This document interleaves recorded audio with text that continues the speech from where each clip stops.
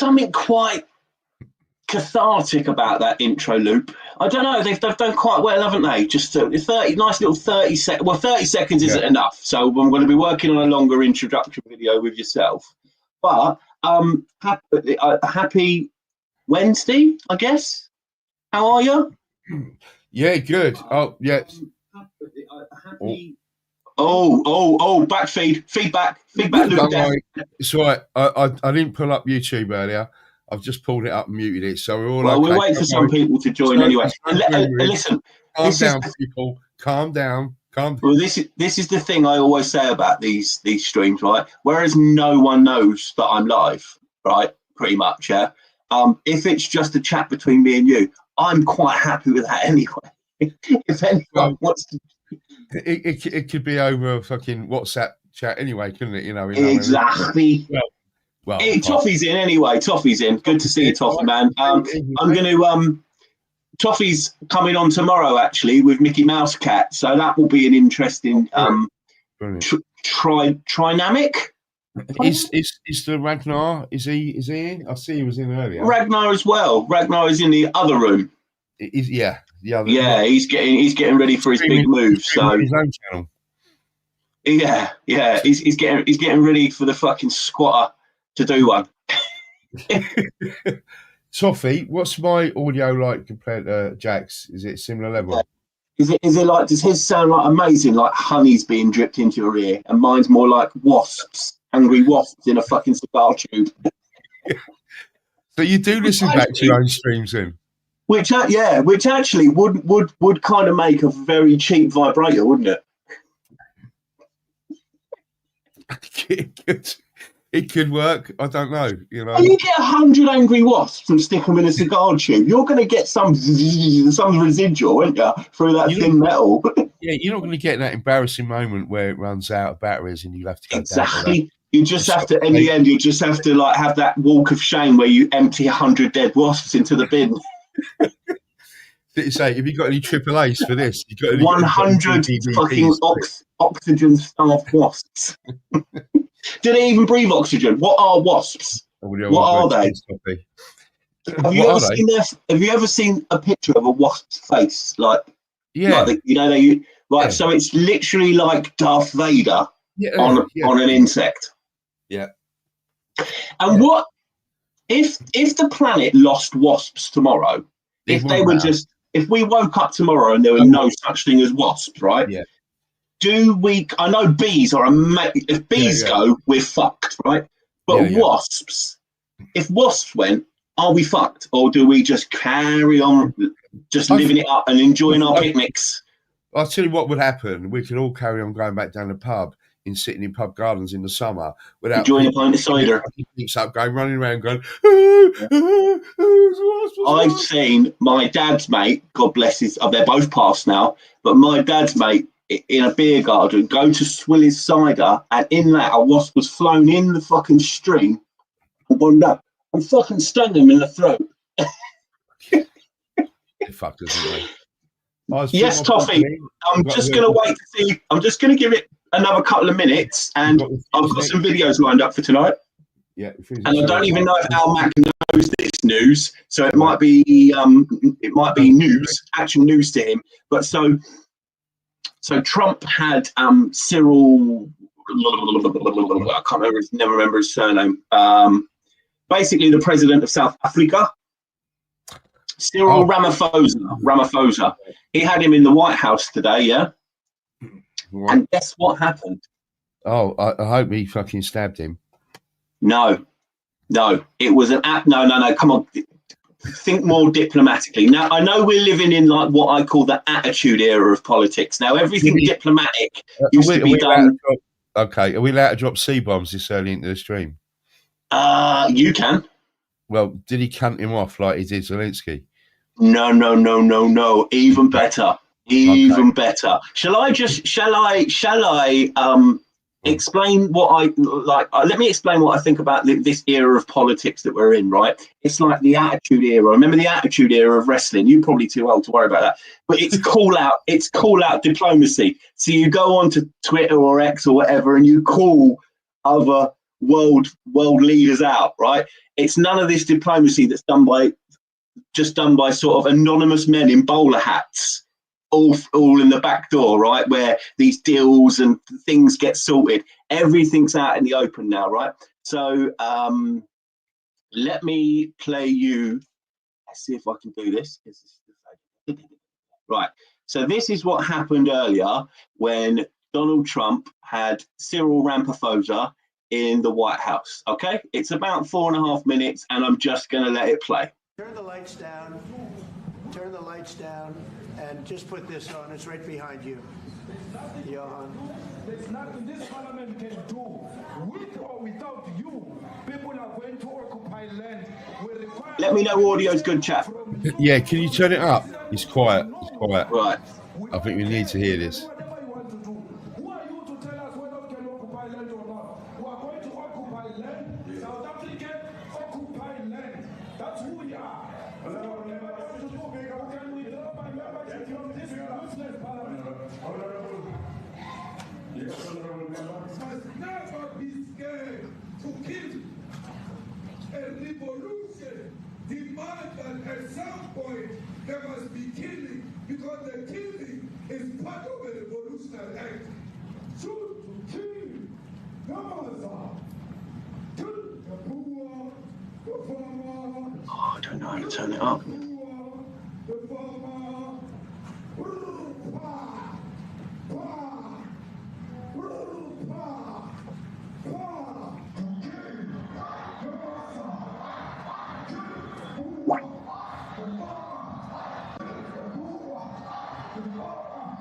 The man of D-Day in PE is a white man.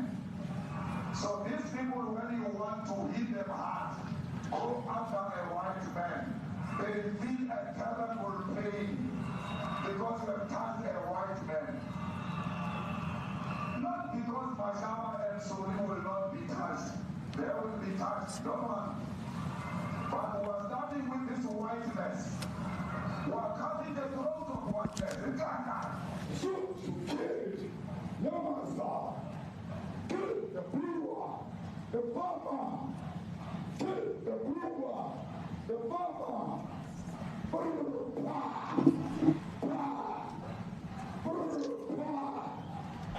Shoot to kill, Yamasa. Kill the brewer, the farmer. Kill the brewer, the farmer.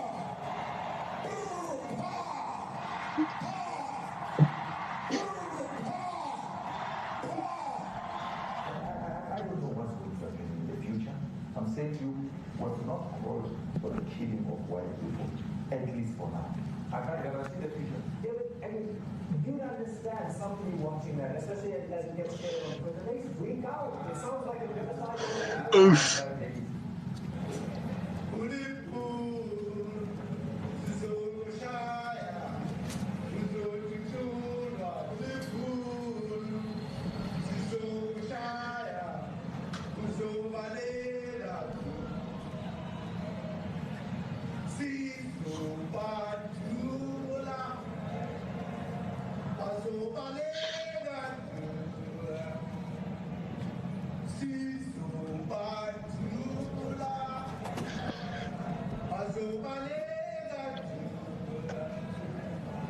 Who will expropriate land without compensation, whether they like it or not. If they object, they can seek refugee in America. Now this is very bad. These are burial sites right here. Burial sites. Over 1,000 of white farmers, and those cars are lined up to pay love on a Sunday morning. Each one of those white things you see is a cross, and there's approximately 1,000 of them. They're all white farmers, the family of white farmers. And those cars aren't driving, they're stopped there to pay respects to their family member who was killed. And it's a terrible sight. I've never seen anything like it. Both sides of the road, you have crosses.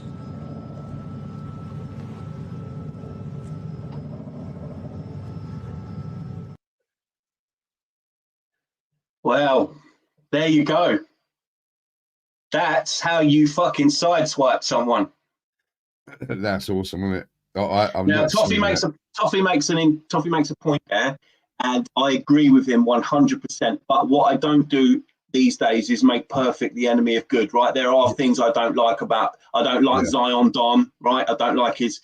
But even that he's pulled back on, hasn't he? Even that he's kind of going. I'm not being pushed around by some little fucking Middle Eastern country. So.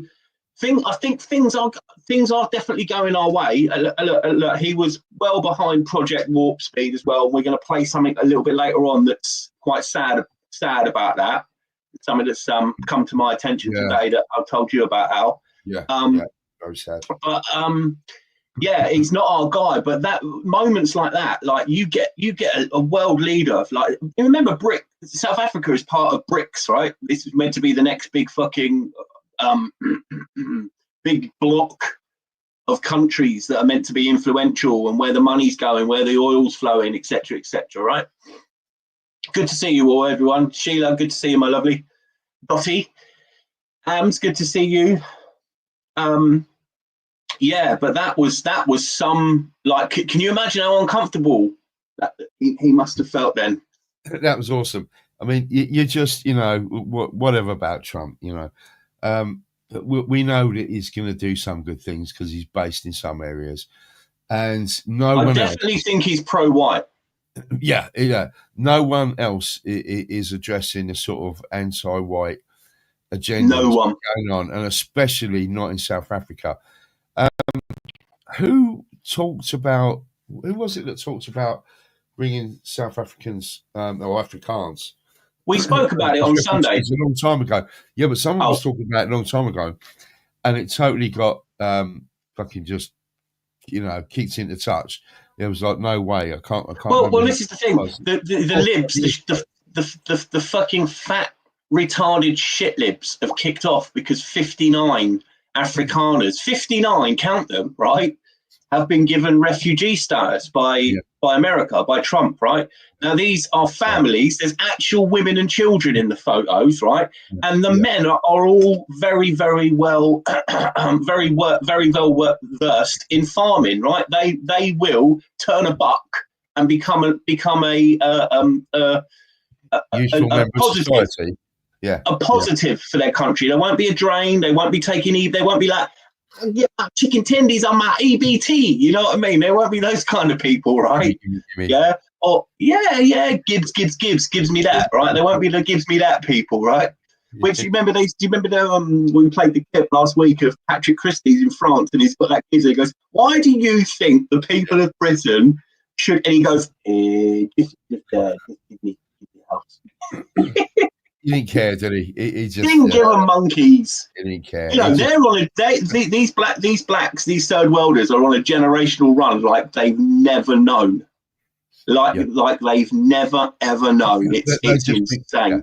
They've just been told, get over there as quick as you can before the door shuts. At some point, right? Once you're in, you're in. People are going to make sure, and the rest of the Europeans. But as the UK tends to have the biggest, or the highest amount of social security, or it's the land of milk and honey to these people. Yeah, handouts. The streets are paved with gold. Hotels. Yeah, it would, and it fucking is, isn't it? And it is for them. It is for anyone else. If you're out of work, there ain't no gold on the pavement for you. But if you walk it, you get off that ferry. You get off not a ferry.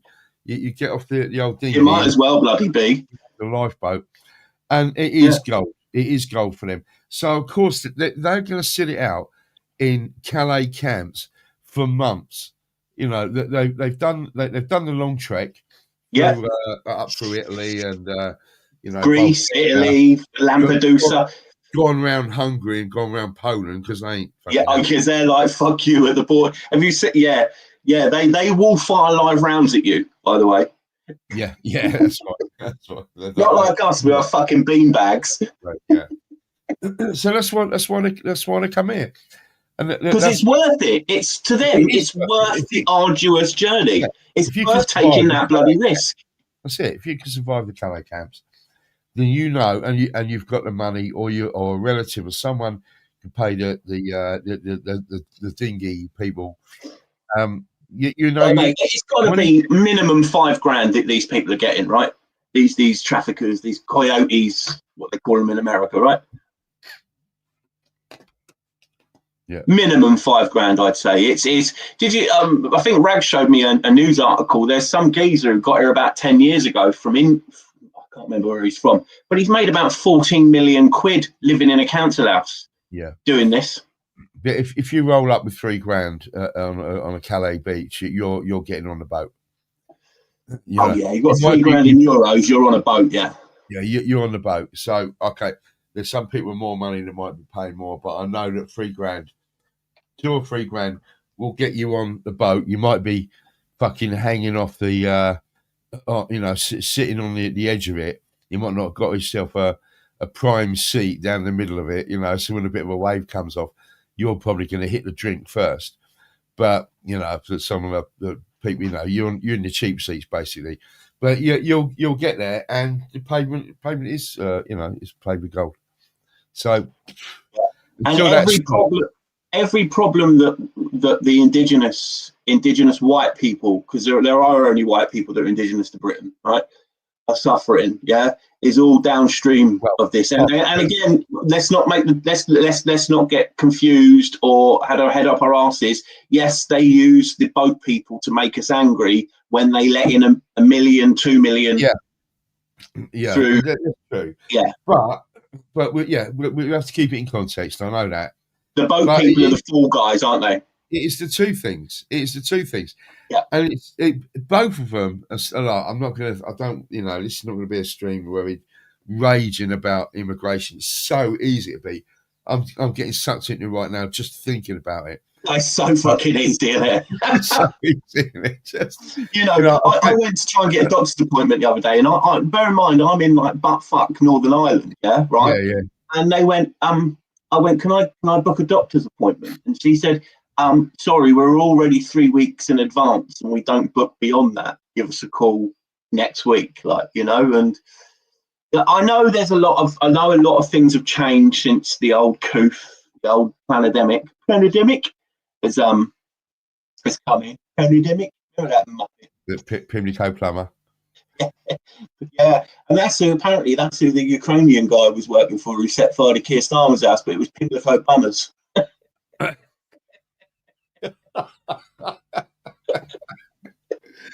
That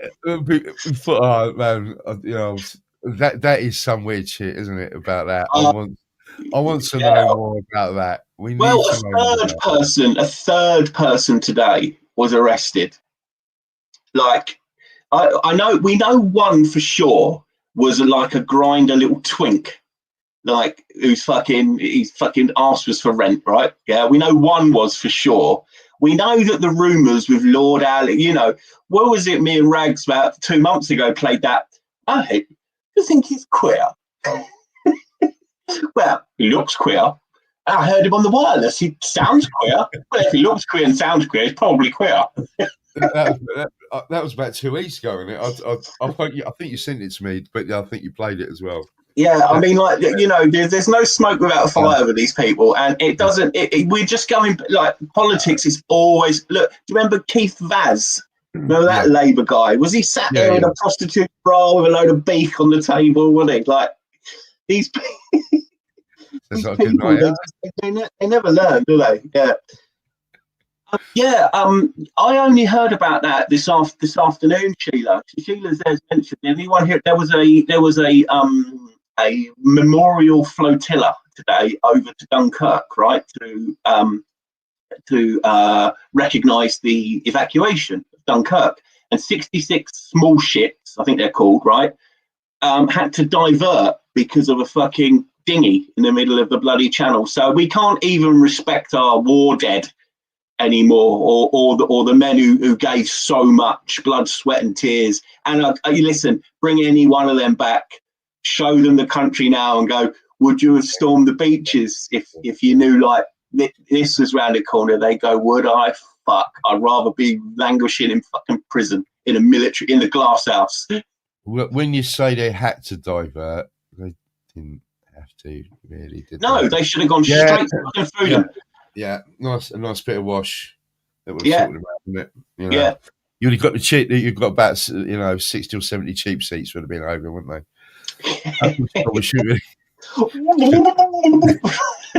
not that we advocate Listen, for that. If you were just a cutthroat capitalist at this point, right? My money would be in dinghies, outboard motors, life jackets, and flags. For some reason, those 4 things have gone fucking mental the last few years. Well, Palestinian flags. Yeah, especially Palestinian flags. Ukrainian. I don't Ukrainian, see so many, Palestinian, queer, rainbows, tranny flags. Yeah, the whole lot. I don't the see whole so many, kit and fucking caboodle. That's it. And I don't see so many Ukrainian flags around these No, days. that's kind of died a death, isn't it? Really I had an interesting something I wanted to talk about. See, Rat Chat. This is what I call it. Rat Chat 2000. Rat Chat, the podcast. Zelensky. There was a leaked list. I don't have the fucking picture of it, unfortunately, but there's a list that when you are a journalist or part of a journalist or press team, there are ways and means that you're meant to photograph Zelensky. You're not meant to make him look like a tiny little manlet. Have you seen this? Yeah, I did. This is unbelievable. You've got to use like wide lenses and different angles and nothing that could be turned into a meme or anything like that. I think it's you are really confident in your man, right? In your little manlet. He's a fucking walking meme. What's he talking about? He's a walking meme, yeah. But when I heard about that, I thought, I hope that's true. You know, is it? You know, but I think it's true. It's a bit like, do you remember the Joe Biden? Joe Biden would have a fucking thing that like to be able to exit the stage. Yeah. Turn this way, say thank you, and then. And do you remember the one where he did the Easter thing at the White House, and they literally had Secret Service men dressed as bunnies to show I mean, what's coming out now? You know, we don't wish, prostate cancer on anyone. I don't particularly care for this. No, I don't have empathy. I have empathy for him. Yeah, on a personal level, that's horrible. But he's been ill for a long time. That's advanced.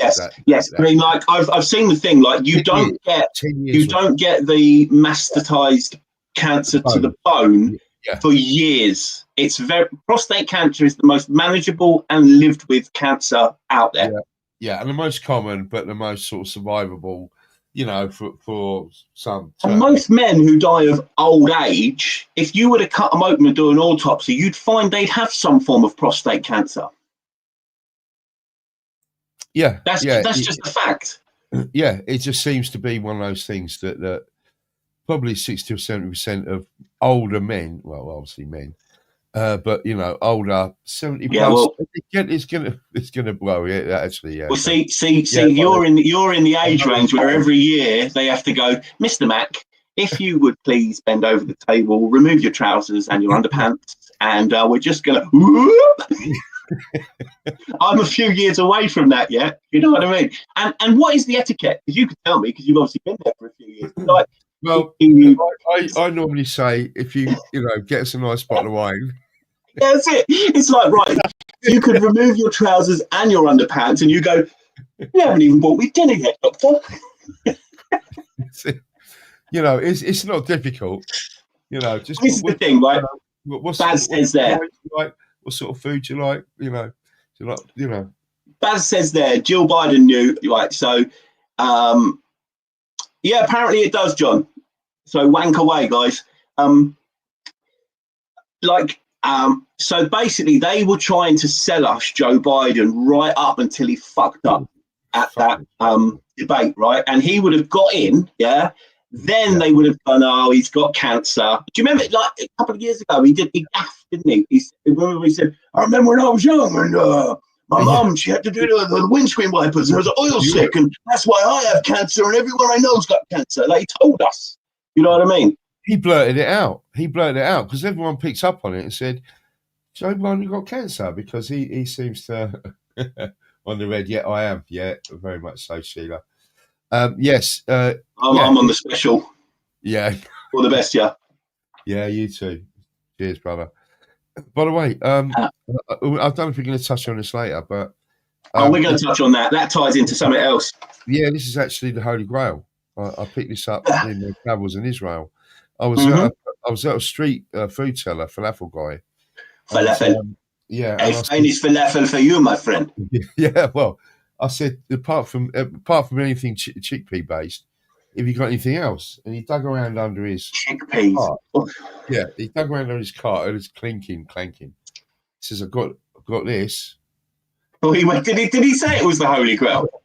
He said it's the Holy Grail. I said, holy fuck. Holy fuck. Jesus Christ, you're fucking joking. You what, mate? No, stop. It ain't going to work now.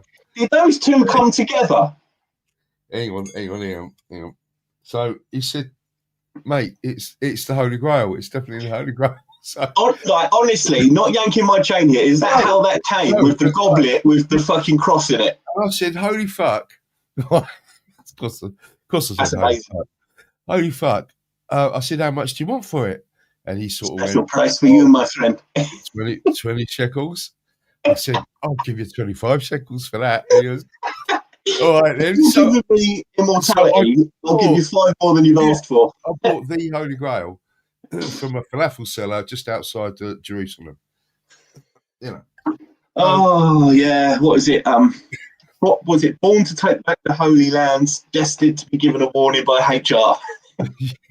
Yeah, that's more like it.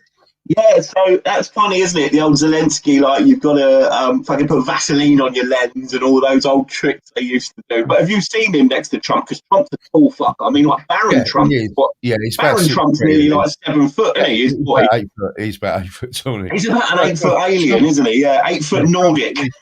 6'2", 6'3", isn't he, Trump? Yeah, tall guy. He's about 5'1", isn't he? I think he's about. I think he's about an inch shorter than my girlfriend. I think. Yeah. Well, that's all right for a girl. I like short ass girls. Yeah, I like petite girls. Yeah. I could. I mean, I'm 6'1", and there's no way I could go out with a girl who was as tall as or taller than me. It's just a thing. I only know one girl that I did work with. She was a singer. She was literally 6 foot in flats. I've never, she's just ridiculous in heels. I've actually done a video with her. She is so tall with 4-inch heels on. It's unbelievable. But that's never going to happen at 6'1", Jack. You're not going to. You're not going to. Not here. Not. If I stay where I am, it won't happen because everyone over here is fucking short ass. Yeah, but it's that swimmer in America, 6 foot. Leah Thomas. Who's that? Michael Phelps. No, Leah Thomas. But she. No, I think that she might be about your height. Yeah, I think she'd be about right for you. She's got a rudder. Yes. Got that little propeller. Goes back she's got a little rudder. Yeah, fucking Leah Thomas. Right, right. Sean's saying his ex-wife's 6 foot. Blimey. How old? How old? She's Irish, by the way. Because Sean, how old? I did it twice. How tall are you, if you don't mind divulging that sort of information? Yeah, and just to give us some sort of context. And also, is she Irish? Because I've met quite a lot of very. Oh yes, she is Irish. Oh yes, she is. Yeah, I met quite a lot of very tall, very attractive Irish women. They tend to be quite tall. Yeah. See, the ones I see out the corner of my eye tend to have that very Pictish short ass. So Sean says he is a short ass. I use that term before it come up on my chat there, but he says he's 5'7". What's that? That's about. That's quite short for guys, isn't it? Is it? I'm 5'11". What's average then? 5'9". I think about 5'10", isn't it? I'm 5'11". Let's have a look. I don't feel that because I'm a big guy, it never bothers me, Average height of a white man. Well, no, it's got to be Northern European. 5 feet 9.8 inches. Okay. 5'9". Right. 5'10". 5'10". Yeah. 5'10" is the average. Yeah. Toffee 6'1", so we're the same height. So we could go if I get to my fighting weight, Toffee, me and you could do a bit of fucking foxy boxing. And yeah, I can't remember. I can't. Yeah, the Dutch are really tall. Isn't the tallest girl in the world Dutch? I think, and she's like freakishly tall as well. John Palmer's 6'5" in his 6-inch heels. I bet he is. Old honky tonks. 42's in. Right, listen, it's not C42. 42. Just C42. Yeah, he's working on nights tonight, and I just messaged him a minute ago saying it on. He's going to fuck it. But yeah, I think he's just taking a quick roll-up break. Quick rolly break. Good to see you, 42. Good to see you, pal. Our mate has a Saxon body type. Yeah. I don't know what that means. Yeah. You'd be stood there with your spear and your fucking shield, and there'd be you Normans. I hate you Normans. I'm going to tell King on you. Yeah. Right, I'll take that as a compliment. 42, or next time I see it. I don't know what my body type is. Fucking hell. I fluctuate. Fluctuate. He's like just after the pandemic, I really fucking hit the weights, and I was eating so clean, no sugar, no fucking processed carbs, and lifting 3-4 days a week, and I got really fucking, tight. The best I've been since I was like my early 20s. And then, I started drinking again. I wasn't drinking. I was just smoking just bells of weed, though, to have a high, you know what I mean? Look, I mean, I used to do a lot of training when I was younger. I used to do boxing training. Then I think I mentioned it the other day, I high-sided my bike and I dislocated my collarbone, and that kind of put a stop to the sort of boxing training and weightlifting because my shoulder was unsupported. Which was it, left or right? Yeah, this one here, right. So it's my right shoulder. Right, is that your main arm? Yeah, and it's still dislocated now, so it still sticks up. Fucking, you said it was sticking up there, didn't you? You said it was like a 45-degree angle. Not quite. When you told me about it. It's about like that. Yeah, it's if I took I'm not going to take my fucking shirt off, but if I did, you'd see it. So I kind of no. We do that for the subscribers only. Yeah, exactly. Yeah, only fannies. And you get a special deal with. Is it collarbone? There's nothing they could put on it. There's no cast. Well, you got your arm in a sling, basically. No, it was in a sling after I did it, and I think I told you, I had to go on tour in Germany. And you only felt comfortable playing bass. It was the only time it weren't hurting. Up high, and sort of you can't see with the camera there. When you were doing your Mark King impression. Yeah, exactly.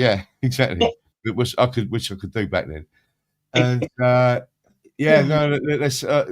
So when I about 2 months later, I went back to hospital and I said, look, it's still. And they said, no, you're okay. It's all right. You're cured. The trauma's down.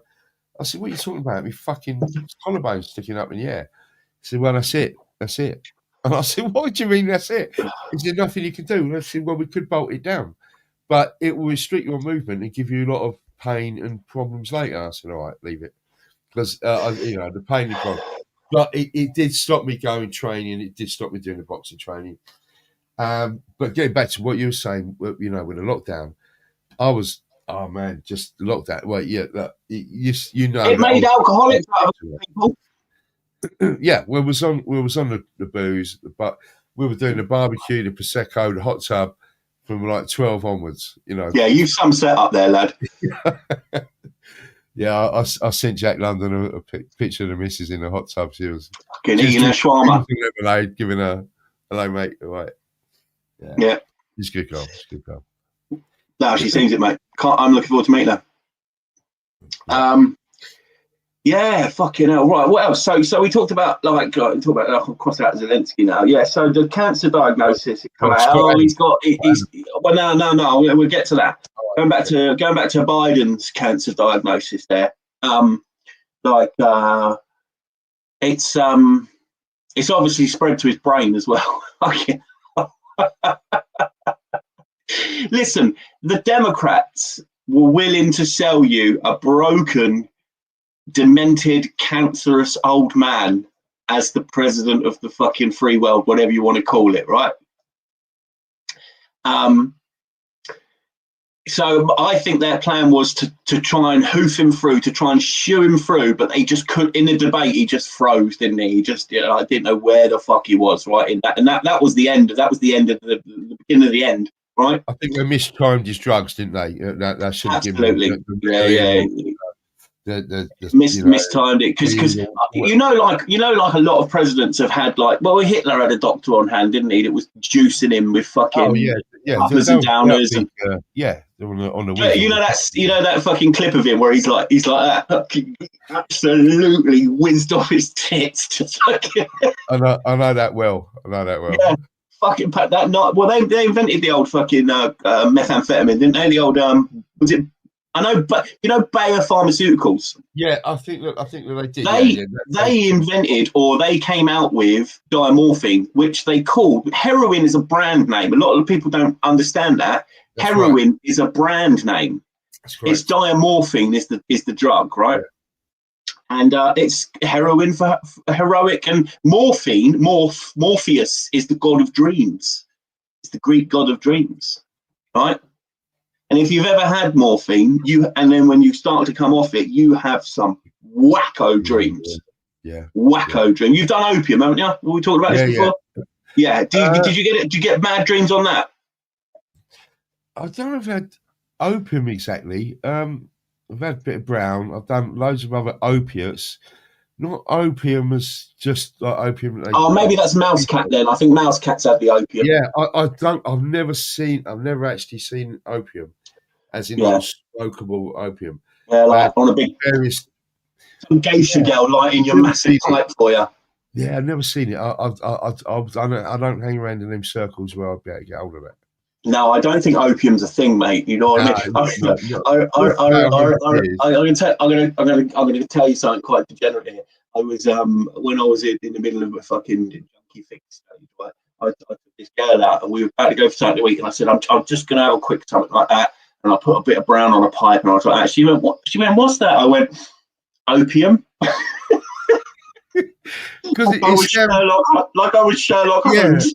Well, it kind of sounds more romantic and less. It does. I don't want to go.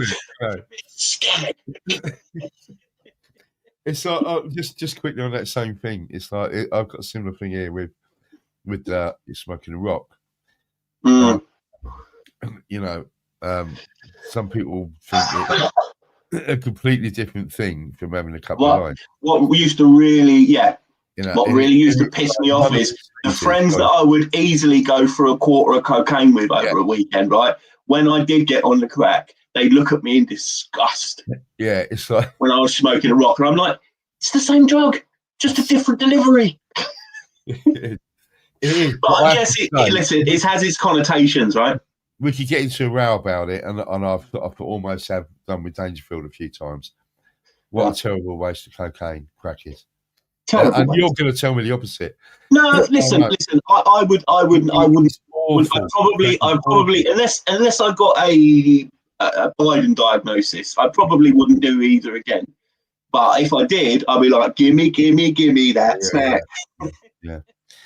But that crack, it's like a 30-second hit that just. Yeah, I know. Like the thing is, right?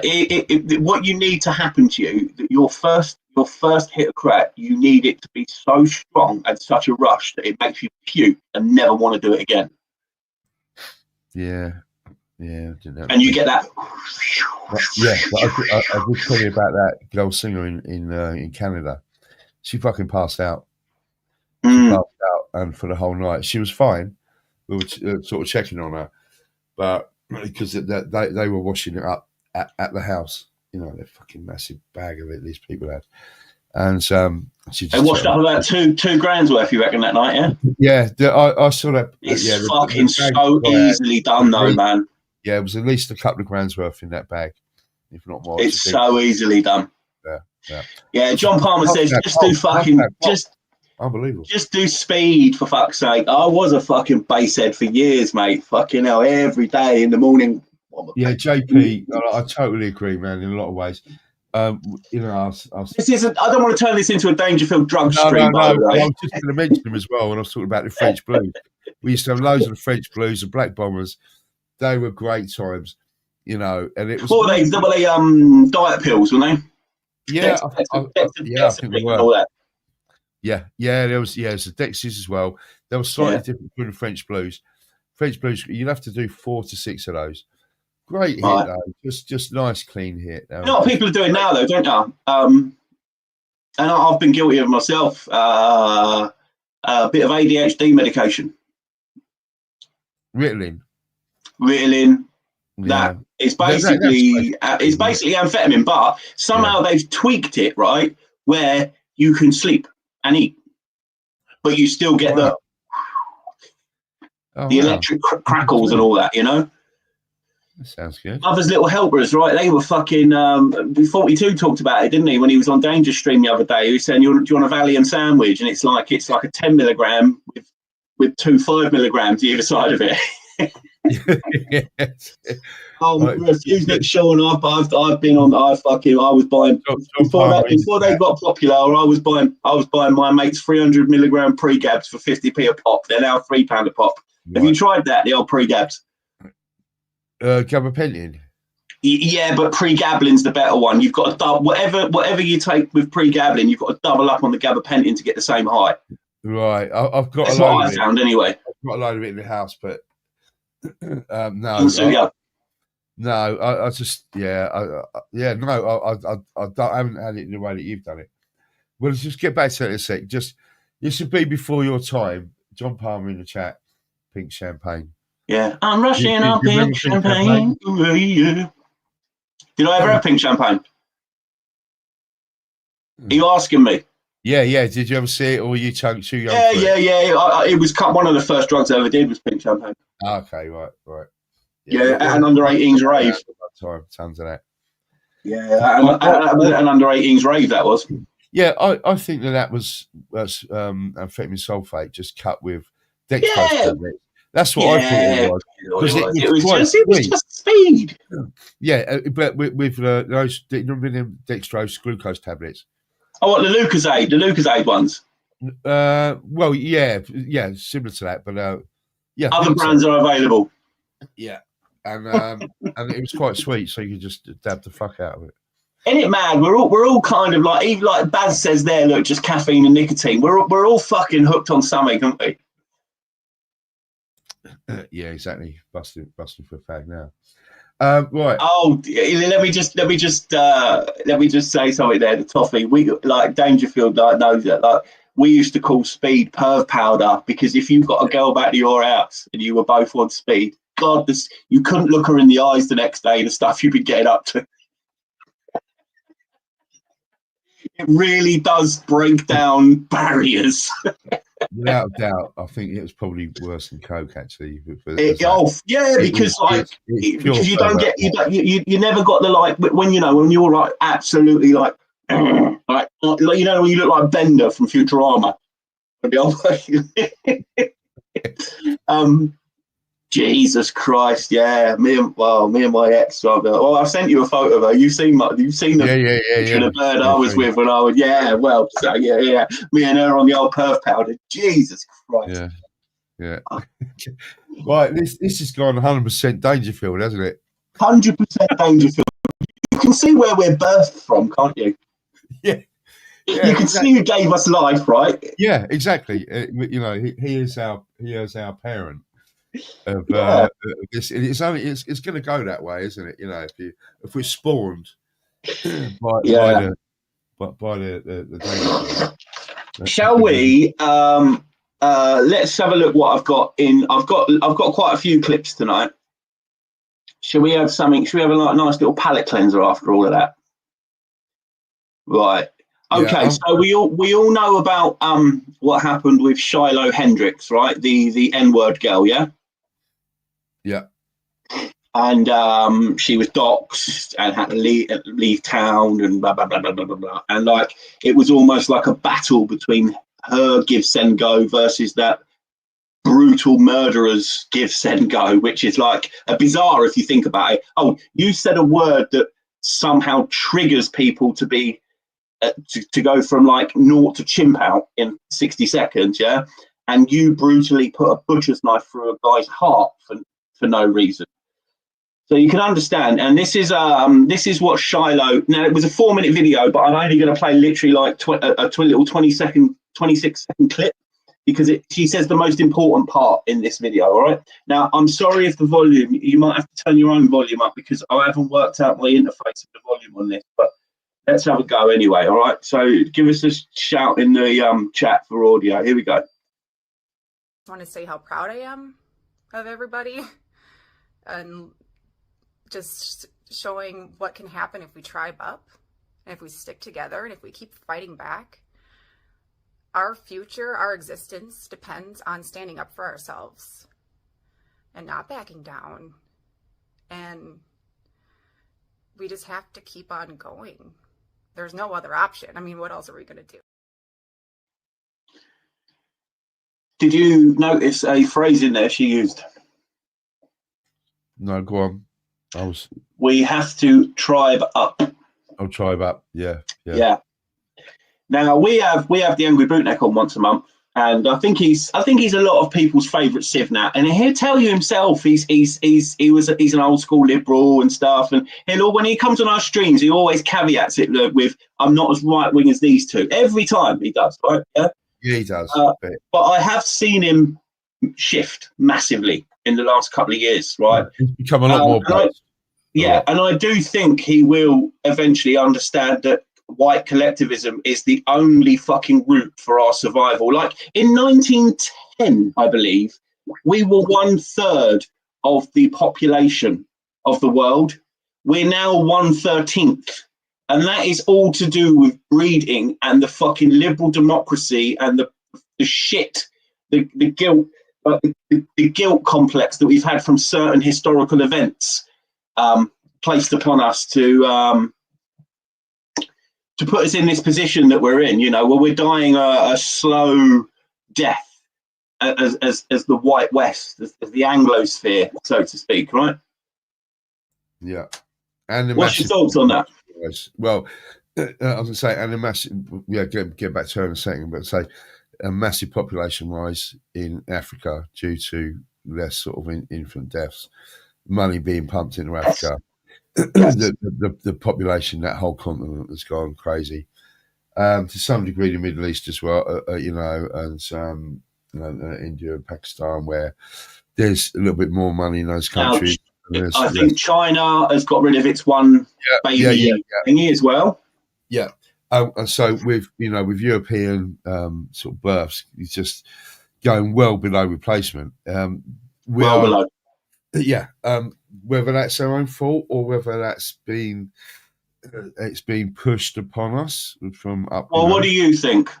I think it's been pushed upon us. I think it's been. Listen. In the 1990s, there was a comedy program called 2.4 Children, and that was based on the data of the time that every family had an average of 2.4 children. I believe we are now below 1. Yeah, you used to hear that expression all the time. That the average. There was a reason for it. Yeah, mother and father and 2.4 children. Yeah. And that's what it was, and that is just above replacement. That is a healthy sort of replacement. Just above it will keep the population nice, good gene pool, a nice, good, diverse in the only way it's in good in the gene pool, right? That's right. And from every angle, we've been convinced. Yeah. Well, look at it. So you've had, like someone said it in the chat, feminism, massive part of it. Massive part of it. Hollywood, just Hollywood. Yeah. We're going to get into that. Don't worry about that. That was second on my list. Toffee said, I loved that show when I was a kid. The guy who played the dad died tragically young. Yes, he did. I think his name was Gary something. And he did die tragically young, but I'm not sure what he died of. So let's have a quick look. Gary Olson. Gary Olson. Yeah, that's right. He played Ben Porter. And he died in 2000 in Australia. So he was only 43 years old when he died. Yeah. How did he die? Let's have a quick wee look. But yeah, it was sad. But she made some great cancer. She? Cancer. Yeah. Was her name not Bellingham, wasn't it? That was Linda Bellingham. She was she died. She was the Oxo lady, wasn't she? That's it. Yeah. Belinda Lang, that was it. She was a nice little. She was quite a little. She was lovely when she. Oh, it had what's his name in fucking Pickard, John Pickard. I think his brother was in fucking Hollyoaks for years. Oh no. Yeah. Oh no, Hollyoaks. Oh fucking hell, mate. Jesus Christ. Some of the acting was the worst you've ever seen, but some of the art that they got on that fucking show. Never seen it. Ridiculous, man. Oh yeah, I think it was Toffee. You know this, the guy who did Brookside. What was his name? I've seen it, Toffee. Up and Under. Samantha G. You don't see her. Yeah, you see her bum. You see her nice little bum. Samantha Janish. Do you remember she was in a sitcom called? Yeah, she was nice. Oh, what was it called? With a geezer who never left his flat. It was like a shut-in. Oh fuck! What was the name of that? That was a good. Yeah, another program you're thinking of. Oh God, that's a nice. She's absolutely fucking 52, and she's absolutely gorgeous as well. And she's still nice, yeah, because she was lovely back then. And I haven't seen her for about 20 years. Well, she goes under the name Samantha Womack now. I don't know if she married fucking Bobby Womack.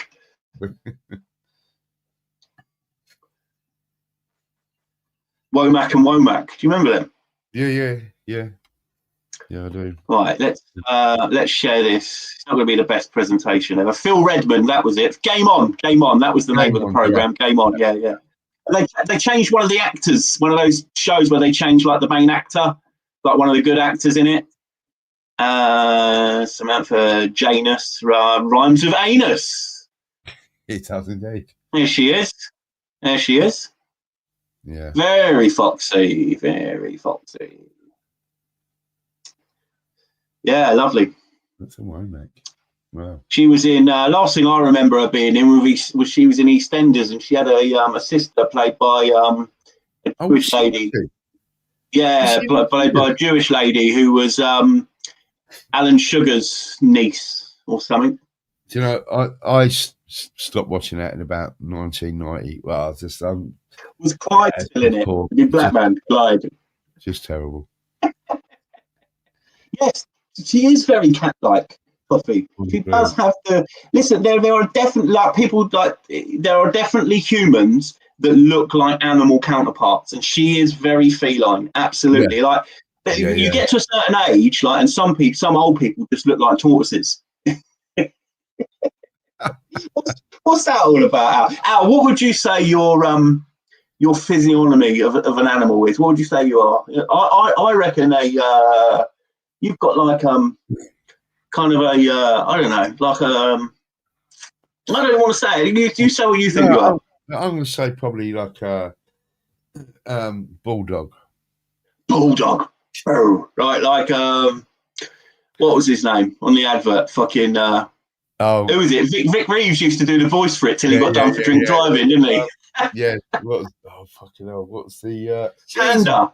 Ams thinks you're very panda-like, and that would go with your Turkish eyes. Actually, it would. Who said? No. Right. So apparently, I'm very sloth-like, and you're a panda.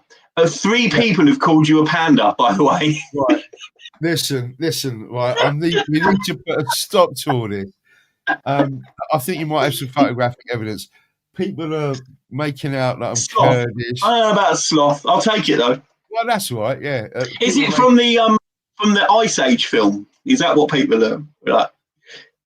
Is it from the Ice Age film, Toffee, or are you just like, nah, fuck, you look like one of them like sloths that gets algae on your back because you don't move that much? Oh man, there is a photograph of me playing on Halloween. Not the one I've shown you, but I've done up as well. But I was done up completely white face with completely black eyes. I've seen it. Yeah, you sent me that. Yeah, you sent me a lot of festa.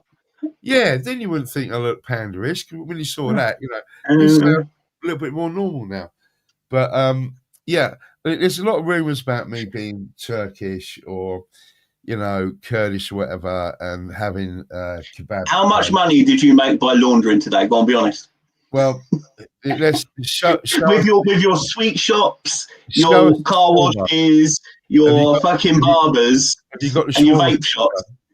You ate good tonight. I've gone Lebanese tonight.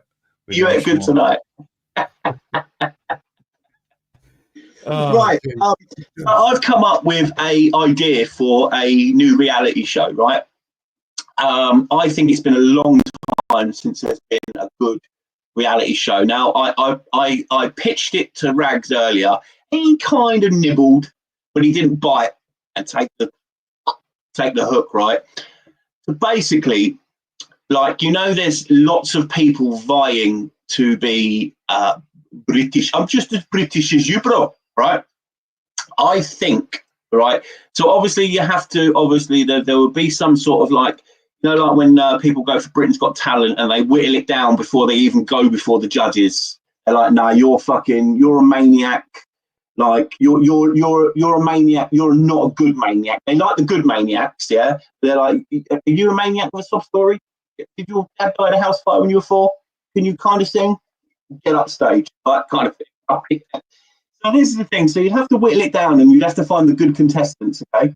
But it's basically a reality-based show on like you can win a path to British citizenship, but you have to take part in like Hunger Games style like games and like gladiatorial games, and it is real. None of this is green screen or CGI. So people will get hurt, right? Now, I think whether you're really into that idea or whether you really hate that idea, you will still watch. What do you think? Yeah, sounds good. Would you watch? I'll give it a go. I don't watch a lot of TV, to be honest. I'll try and avoid it. But if there were brown people fighting each other, maybe even to the death, just to get a path to British citizenship, it's not even guaranteed, right? You still got to go up against the judge, right? Yeah. Would you watch? And what should we call it? I think I would. Well, did you watch Squid Games? Have you seen Squid Games? I've seen Squid Games. Yeah. Like it was. What was that game you used to play when? What's the time, Mr. Wolf? You know that? Yeah. And it was. There was sort of like it was like. Yeah, you turn around and. Yeah, well, these people. All right, so Am says there's already one put forward in the US to get citizenship. So people are on the same wavelength with me then. All right. But with the Squid Games, people were having to do awful stuff or be to win a lot of money or get mowed down. So it was a similar. That sounds like a similar kind of thing. So have you seen? I think it would work. Have you seen Battle Royale? No. So Battle Royale, right? Was this? I think they're known as Tartan Asia films. They're really, really graphic, fucking like dystopian films. It was set in the future in Japan, where like everything's gone to shit, right? Like there's no law, right? So and it was like a class. It was a class of people, and so they were sent to this island, and they've got these collars on, yeah. If you try and take that collar off, it explodes. Yeah, this rings a bell. Right? And then you're given a weapon, or you're given something, some sort of tool. Some people get a bin lid, right? And it all depends on how you utilize it. And it's basically the last. It's very much Lord of the Flies. It's last one standing wins. Yeah, I might have seen it. Yeah. Has anyone seen Battle Royale? Battle Royale. It's a fucking Delhi deathmatch. We're coming up with some names for it now. Bum fights. I remember bum fights. That was kind of one of the first like viral things on the internet, wasn't it? When they used to pay people like tramps to fucking go at each other, or like pay them $20 to pull their tooth out with fucking pair of pliers or something. I think I come across that something recently, and it did look like it was like early Wild West internet kind of thing. Oh, well, the Wild West internet was amazing. Yeah. Did you ever use Napster and LimeWire and things like that? Oh yeah. Half my music collection is off of that. But do you SoulSeek's still going? Yeah. No, I don't know. But do you remember Rotten.com? Oh yeah, and Steak and Cheese. I don't know, but I just remember one video on Rotten.com that I must have watched 50 times. Was when all those Indian people are on the train, and there's a guy walking on the roof, and he hits the high voltage. High voltage, and his head. And it literally jet electric come out of his eyes. Yeah. I know, but it was terrible. Like, is that good, or are we so desensitized to that? Like, I know there's a difference between looking at something through the screen. Right now, picture yourself in a World War I war of attrition trench, right? The Germans are 50 yards away. You can literally hear them fucking singing at night, yeah? It's pitch black, and you're like, the next day I've got to go and fucking kill these fuckers, right? And then the morning comes. They didn't fight at night, you know what I mean? It was literally like that. When it was dark, it was like, right, everyone looking unless you were going out doing like, and I only really found out about this in what, like, I never ever heard of this in any of my World War I history at school. Trench raids, where they used to go and try and get prisoners of war and stuff, and you'd go and raid a trench at night to go and it was if you smelled her fucking breath, your fucking bayonet, you know, it was that close to combat, right? But imagine being in a trench and there's you, me, fucking Rags, Johnny Palmer, Toffee, and you're all looking at each other and we're like, right, lads, we got this. And the next thing you know, a fucking mortar's come down and you're literally like picking John Palmer's brains out your mouth. You know what I mean? That was reality. That was reality to them, men. I'm just saying about the desensitization of things. Like, I can quite happily watch in Pajit. I'm going to agree with you. Yeah, I'm going to agree with you. Come out of his eyes. Yeah, if you're watching a film, right, it's CGI and it's the best special effects Hollywood's got to offer. But and you think, okay, that's brilliant, and you go, oh, fucking hell, that's a bit mad. But when you saw some of that stuff on Rotten.com, because you knew it was real, it was not the same as seeing something far more gratuitous in a movie because you knew it was a movie. And when you see something that you knew or you believed it was 100% that really happened to that person, that was so more profound. And I think that probably, it's probably because we have some kind of so you think like only reading and watching Hollywood movies of World War I, like you don't really feel that, like, you know, when you're wiping blood and guts of your mate literally out of your mouth. I think, if it's a description of someone's account that was there. Yeah. Memoirs. And Hollywood were reproducing it. Oh man, of course that has a massive effect. But if you're watching a shoot 'em up type movie where, you know, let's say 160 Nazis have their heads blown up, and we're going to go there. We're going to go there. We're going to go there. Then that's completely. We're almost there. Put it that way. Yeah, then that's a completely different thing. We're completely desensitized to that because it's just special effects. Hands, are we the baddies? Yeah, exactly. And Lumi says trench raids were brutal, and it was like, you know, like it was the first war where if you weren't fighting on the front line, right? Yeah, you could be 5 miles back in a field hospital or in a canteen in the NAFI, and a shell from the enemy could still fucking hit you 5 miles back. Yeah. from the front lines, you know. And these shells, like they're all different. You had the high explosives, you had the ones that were just full of shrapnel, and they were designed to go off 20 foot above their heads, and then white hot iron. Yeah, and the air pressure just doing the damage. Yeah. I listened to a podcast recently, and it's a woman, and her specialist is about blasts, explosions and blasts. Yeah. And she was saying, like, when you see these Hollywood films, when like someone gets blown, they're flying forward. They're dead in real life. They've not survived that. No, the body's been just turned to you jelly. Yeah.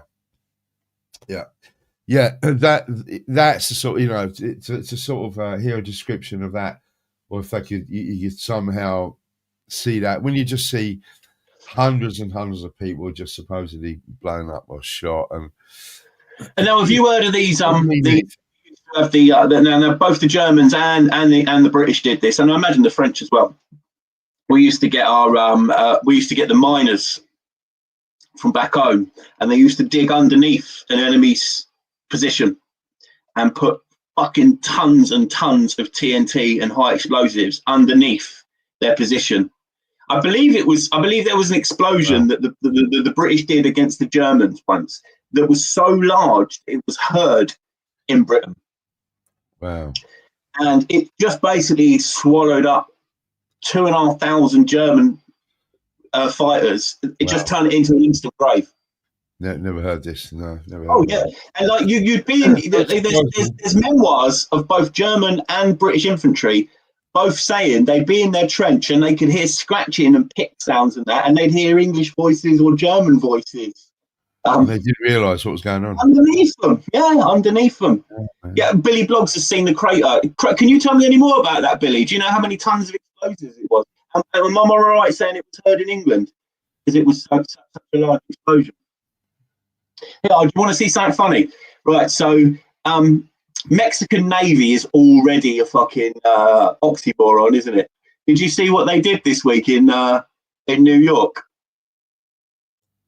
No, it's not a new ship, but this is a Mexican Navy ship coming for some show or something, right? This is what. Did it hit the bridge or something? Did it hit the bridge? Holy crap! You're gonna hit the dock. The camera.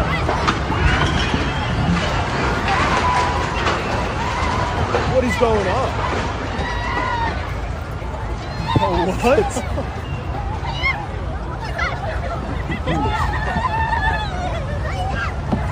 Dude, the bridge is shaking out there. We gotta keep moving. This is insane.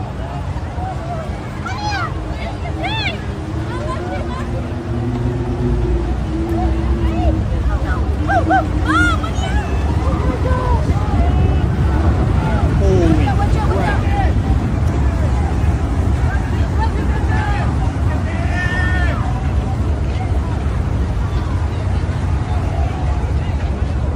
Dude, there's people up there.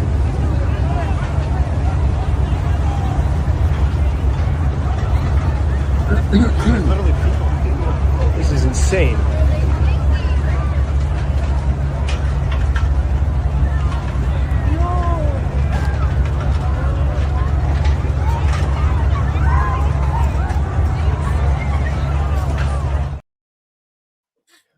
What a snapshot of America that is in a 1 minute 20 video. So you've got a Mexican ship, Navy ship, crashing into the Brooklyn Bridge, and then just families of fucking Arabs fleeing from it. That's I heard about that in 2025. Yeah, that was amazing. I heard about that. It wasn't amazing. Listen.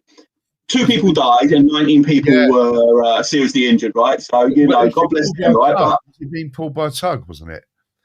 I don't know. Probably if a ship that big would need a pilot, wouldn't it? Yeah, I think it was actually being pulled by a tug, not just a pilot boat. From what I heard, that for somehow pulled it in, when the sails are way too high for the bridge. Yeah. Into the Who did that, man? The Mexican Navy is almost as much as an oxymoron as Mexican scientists. Do you remember when? Do you remember when that guy brought the body of the supposed alien out, and it just looked like a big birthday cake? Yeah. Mexican scientist shows alien. Say, it did look nice though. It was done up nice, that boat, wasn't it? It did look all pretty, gold on the mast and all that. Yeah. It did look pretty. It looked apart for a while. Oh no, that's a video. Yeah. Look. I'm going to show you what they brought out. What a Mexican scientist literally came out and went, "This is proof that there is life from other planets." And literally, like, they got a fucking chef to make an alien cake. There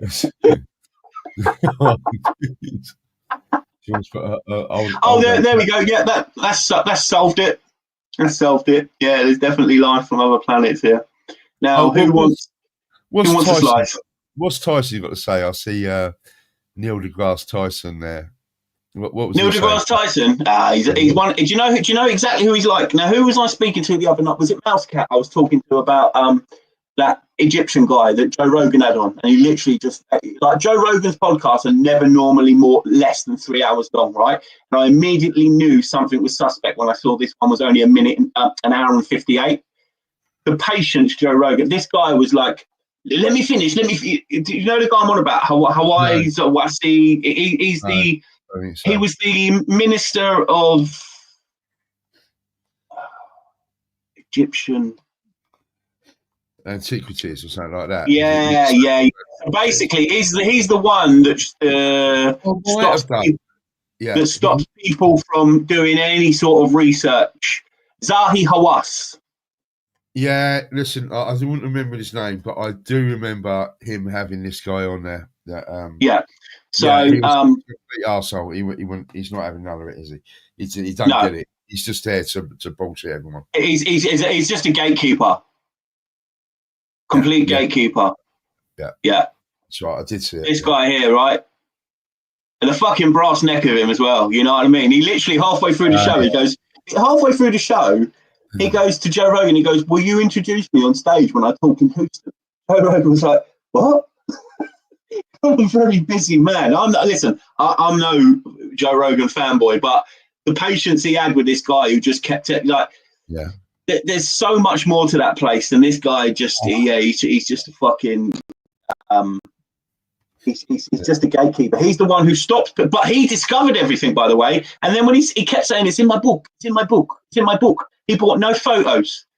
No evidence with him whatsoever. When Randall Carlson comes on, he's got a fucking laptop plugged in, and he's like, "Right, slide 1, slide 2, slide 3, slide 4." He knows his shit as well, doesn't he? Same as like Graham Hancock. I love him. I love Randall Carlson. Shit, don't they?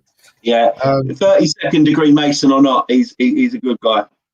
What, Randall or Hitchcock? Randall. I like Graham as well. Like you know, like I watched this show he did, Ancient Apocalypse. I watched both series of it. And do you remember that after the first one, they said, "This is all about white supremacy and fucking." It's like, what? Unbelievable. This guy's just coming up with ideas and possible theories that might have happened to humanity, and why we have like some sort of collective amnesia about our past. How Egyptian engineering was really good, and it got worse. Because we know that the Egyptians that are there now are not the ancient Egyptians. It's not the same people. No, because if you actually look at fucking mummies, they are fucking red hair and white skin. Yeah, I think we know this is a fact, and because people like Graham Hancock were dared to point this out, that the ancient Egyptians were not the like North Africans that are hanging out. The Nubiles and Nubians and all that, right? That's it, and selling stuff at if you go through their hieroglyphs and stuff, right? It did look like there was definitely a phase where the Nubians were sort of worshipped. You know, if you're just going on face value, right? Since you know this is the thing I said the other day, like everything now is who is it who said one day you'll just live in a world that's ruled by experts, like you won't have leaders and great thinkers and stuff, it'll just be experts. That's the way they want it going, don't they? Yeah. So someone could be pointing out a load of hieroglyphs on in the inside of a fucking tomb or some building, right? And telling me what's going on there. And I'm just supposed to be spoon-fed that and go, oh, that's exactly what's happening. Oh, how the fuck do I know? Yeah. And here's the other thing, like who deciphered all these hieroglyphs? Well, isn't it something to do with a Rosetta Stone and all that? I've heard some stuff about that. I can't talk about it with any. I can't either. I guess again, I'm no expert. Yeah, there is. I might be mixing stuff up with hoax stuff I saw on watched on a Dan Brown film. That's the problem. Yeah. Right. Well, should listen. Right. Do you want a puff of your? I do. Right, I'm going to play a quick 4-5 minute video that Al sent me earlier. Do you want to give it a introduction, mate? And then I'm going to go for a wiggle and grab another beer. Yeah, we'll stick that on, and then we'll do part 2. Yeah, Rat Chat part 2. Nice one. I do, because this is if everyone anybody remembers Herbert Derber, I really miss him online because he did. I miss him a lot. Is he still in Italy? And he done some great music. So I was probably the first. Yeah, I think it was on Herbert Derber. He was doing a series where he was interviewing all kinds of people. He had some good people on, like Scottish Tam. Who we're trying to get on, but you carry on. Yeah, all kinds of people like that. And he messaged me one day. He said, "Do you want to come on as a guest and talk about how you got where you are? You know, because you're sort of from Luton and that blah blah blah." I said, "Oh, God, I've never been on stream before, but okay, a bit weird."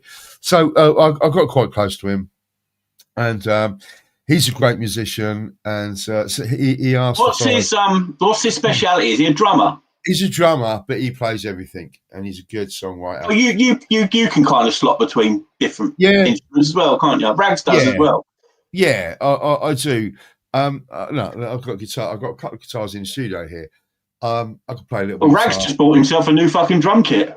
Oh, has he? And a guitar. Yeah, he hasn't got any of the. He hasn't got any what you call the percussion. It's Tom's snares and the kick drum. Nice. Some German brand. All right. Yeah. Well, but I've played with so many great guitarists. I never ever call myself a guitarist or a drummer, but I do love to play with everything. But Herbert Derber, very talented guy, and I said, look, I'll be happy to work with you on anything. And he says, I've got this perfect one. I'm doing a Vax-free song. I know it's a bit sort of old hat now. It's a bit sort of like 3 years. Yeah, well, listen, I'll tell you what. When we get back, before we do the Hollywood thing, why don't we do the Scott Adams thing? Yeah, so okay. It kind of ties in, yeah. So basically, we did he did what's the term when you do it's not a cover of it, but like it's parody? Based on it. What? A parody? Parody kind of thing. Not exactly. Spoof. Anyway, yeah, it's that kind of thing. But of the George Michael song. So I did the bass on this, and we collaborated on it. And I think it's a great tune. It doesn't get a lot of love, but it's on his. He still has his Odyssey channel still going, and you can still download the whole album of stuff that he did. And this song Vax Free is also on it. But so enjoy. I'll go have a quick puff. Right, we've got this is 5.5 minutes roughly. So we shall see you the other. See you the other side of this song. I'll be on. Cheers for hanging in there. And yes, Toffee, he did look like he rung the bell in Notre Dame. I'll give you that. And so, as time goes by, the healthiest people and the people who are in the clearest, most simple situation, the sort of the people whose situations are actually clearer than anybody else's, are going to be the vax-free, vax-free, vax-free, vax-free, vax-free, vax-free, vax-free, vax-free, vax-free, vax-free, vax-free, vax-free, vax-free, vax-free, vax-free, vax-free, vax-free, vax-free. Ooh, yeah. That's right. Earth is back one more time. Holding on, keeping strong. All alone, we got been wrong. All the papers say that to keep our country safe, we got to get injected 3 times, and that it's the only way. So many have obeyed as they're constantly afraid of a virus with a 99% survival rate. But some of us can see before our eyes that we've been told a great big pack of lies. We've been called all kinds of things. They say we're irresponsible and we should be ashamed. The time will tell, and we will see that the ones who stay the strongest and stay healthy are gonna be the vax-free. Some leaders of the world have shown their desperation. They've introduced all kinds of rules and crazy regulations. Macron wants to piss us off, gonna want us all uptight. Now they said more than enough. We know that that must be stopped. Even some who had the jack can see that we should have gone for herd immunity. We've been called all kinds of things. They say we're irresponsible and we should be ashamed. The time will tell, and we will see that the ones who stay the strongest and stay healthy are gonna be the vax-free. Got to hold tight, 'cause we know we're right. Can't give up the fight. The vax-free. We're gonna beat this tyranny. We're the vax-free. Millions of people all across the land have queued up for the boosters and have fallen for the scam.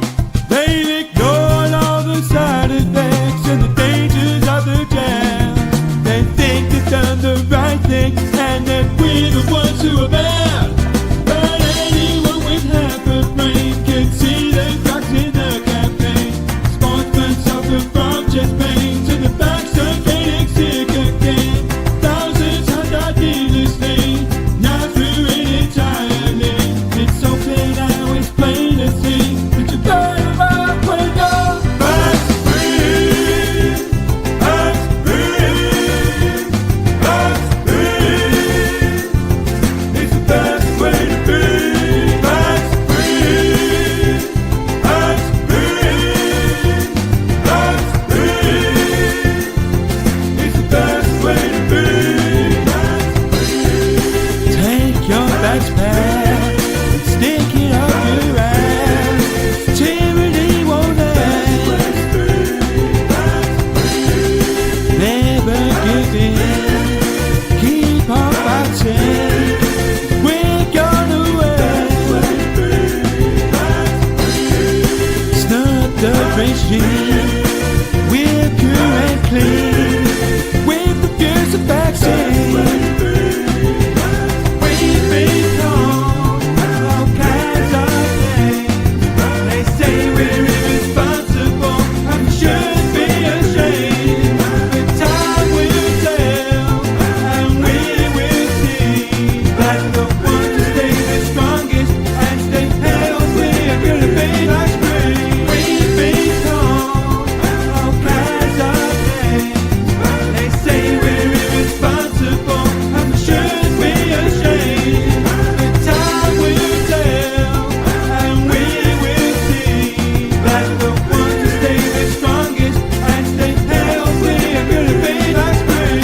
so if stroke when hopefully all this collapses, and it's getting, we are getting to the point where, as you said earlier, it's getting so obvious these days that it is just a complete and utter sham. If stroke when, I really hope it does, it actually does happen, we are going to be victorious. Wow, bless him. Yeah, God bless him, man. I hope wherever he is, whatever he's doing, he's happy.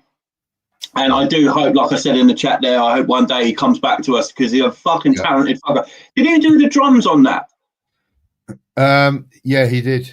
Percussion on that is sensational, by the way. Yeah, it's really good. Bassline was all right. Yeah. Do you know what? I was quite pleased with what I did with the bass on that. It was very good. It was very good. Listen to Freedom 90 by George Michael. Pastiche. That was the word I was trying to think of. Pastiche. So I said we're going to do a pastiche of Freedom 90 by George Michael. Freedom 90. We're going to call it Backstreet. And he deliberately, he knows he's not the greatest singer in the world, but he deliberately put that sort of piss-taking voice on. And it kind of reminds me of the story you told me about. What's the name of the girl in that song you did? Canny Celts. Oh, Stacey Lawler. Stacey Lawler. When you said when you were trying to do like the pub bit at the end where everyone and you said everyone was just singing perfectly, and you're like, no. You've all got to sing like you're pissed and don't know how to sing. Just a shambles, Yeah. I met Herbert Dubber once. He was over and we went out for dinner with him and his girlfriend. And Toffee, I know what he's saying. His girlfriend, though, very nice. Is he punching well above his weight, is he? Well above, yeah. I've done that in my entire life, mate. I've done that in my entire life. If you can make them laugh, you're halfway there. Exactly. But, you know what I mean? He's a lovely guy. Yeah, he's gone back to Italy. He had a few sort of issues there with work. As you know, well, Lumi said there he thinks he's gone to Eastern Europe and he's just laying low, but I don't know. All right. Well, I'm gonna have to email him because I've not. Yeah, do about 6 months or so. But last I heard, he had gone back. He'd gone to Spain. It didn't work out there, so he moved back to Italy. His girlfriend had to move back first, so they were apart a little bit. And then he got back there, and as far as I know, everything was fine. I don't know if he's moved on. I know that Galileo's tongue, he's sort of in touch with Dubber quite a bit as well. Tim, he's an absolutely top bloke, absolutely lovely bloke in real life. He always came across as that, so nothing else. You know what I mean? Yeah. So listen, that ties us in, like watching those scenes and those headlines from that, the madness of that moment. It's still something I have to pinch myself and go, did we really? I'm not over it. I'm not over it. Did you see the pictures of all the footballers? So Sergio Aguero fuck. Yeah, it was a great video put together because even then, that was sort of right at when people were really waking up to the vax injuries and stuff like that, and he was getting that stuff from the headlines. Young footballers with the. Well, the first thing that really hit me, I was living back in Basingstoke at the time. I think I might have just started chatting to the ex now, but this is how long ago it was. It was the Euros that had been put back a year or whatever it was, right? And you had that Danish player, Tottenham player, Christian Eriksen, just fucking drop. And the next thing you know, they've made a ring around him, and you could see him being fucking worked on CPR. And they're like, this is live. And the colour just fucking drained. I could feel it draining from my face. This is what I'm talking about. This is the difference between Rotten.com and Hollywood. When you watch something and you know that this is real, that is all. I went into kind of like a shock. I felt shaky, Yeah. It was horrible to see. And then the news channels tried to tell you that was completely normal, that the footballers all the time.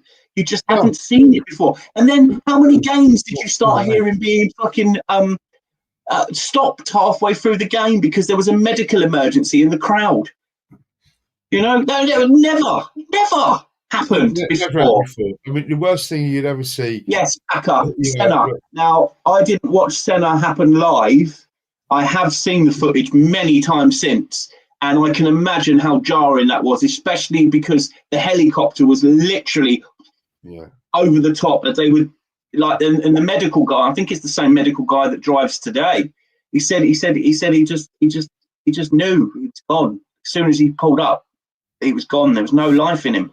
No, there was. You know, it was horrific. You know.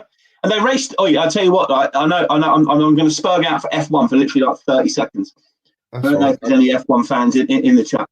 I don't mind it. I prefer the bike race. It was Imola. It was Imola again this weekend, right? And Max Verstappen started in second, right? And he did a lunge on the first corner that there was no way he should have fucking gone for, but he did, and he made it, and he won the race. It was fucking amazing. Race.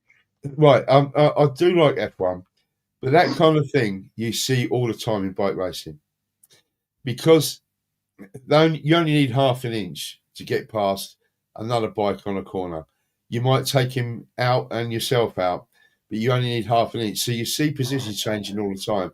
With F1, just because of the speed of it, and because the vehicles are so closely matched, that's why you very rarely see if one manufacturer. Well, listen, if there's anything we know, right, is there was a horrific fucking crash in qualifying this weekend. The little Japanese fella in the other Red Bull, right, and without that halo system that they've got now, you know, the roll bar. Yeah. There's literally four times now I can count where if that wasn't in place, the guy would be dead. But what about the fucking fella a few years ago, Roman Grosjean in the Haas, who went through the barrier and his car split in two and it went into a massive fireball. And he only came out slightly fucking singed because the halo punched a hole in the barrier and moved it above his, instead of decapitating him, which is what would have happened in the past. And trust me, F1 drivers have been decapitated and worse. The last F in F1 was Jules Bianchi, and he crashed into a crash crane in Japan in the wet. Jesus. You remember that? No. 64 Gs. His head hit that at. Wow. Yeah. And that was before the halo. I mean, I used to watch a lot of the bike racing though, and you see people get up horrific crashes and they just get up and run away from the bike. Vance is telling me now these bikers, they have these suits on, but when there's an impact, there's some sort of foam or something or air. I'm not aware of that. The neck and their vertebra and stuff like that. Right. He was telling me about them. I mean, like for you to get one, it would cost fucking thousands, right? Yeah. No, I don't. I've not seen a lot of it. But just to get back to that, because I mentioned about my collarbone. So I come off my Fireblade. I high-sided it, which is. You want to explain what a high side is? Right. So a high side is when the rear wheel. You can only do this on very powerful motorcycles, right? You can't do this on a 250. Well, yeah, you could on a race bike. Basically, the back wheel spins up, right, under power. It loses grip, so the back wheel is spinning on its own inertia. It heats the tire up because of a lot of power. It heats and it's usually when you're sort of and suddenly you don't high side it in a straight line. So it's when you go around the corner, you bend over. So you've got no grip, and then suddenly you've got all the grip. You've got all the grip. So that back wheel is spinning far faster than the bike is moving because it loses grip. The tyre heats up. And you go. And it grips and it throws you over the high side. It bucks you off like a bucket bronco and it throws you over the front of the bike. And you would have seen loads of motorcycle accidents happen like this on the racetrack. Most are high sides, aren't they? The two of them together. Both.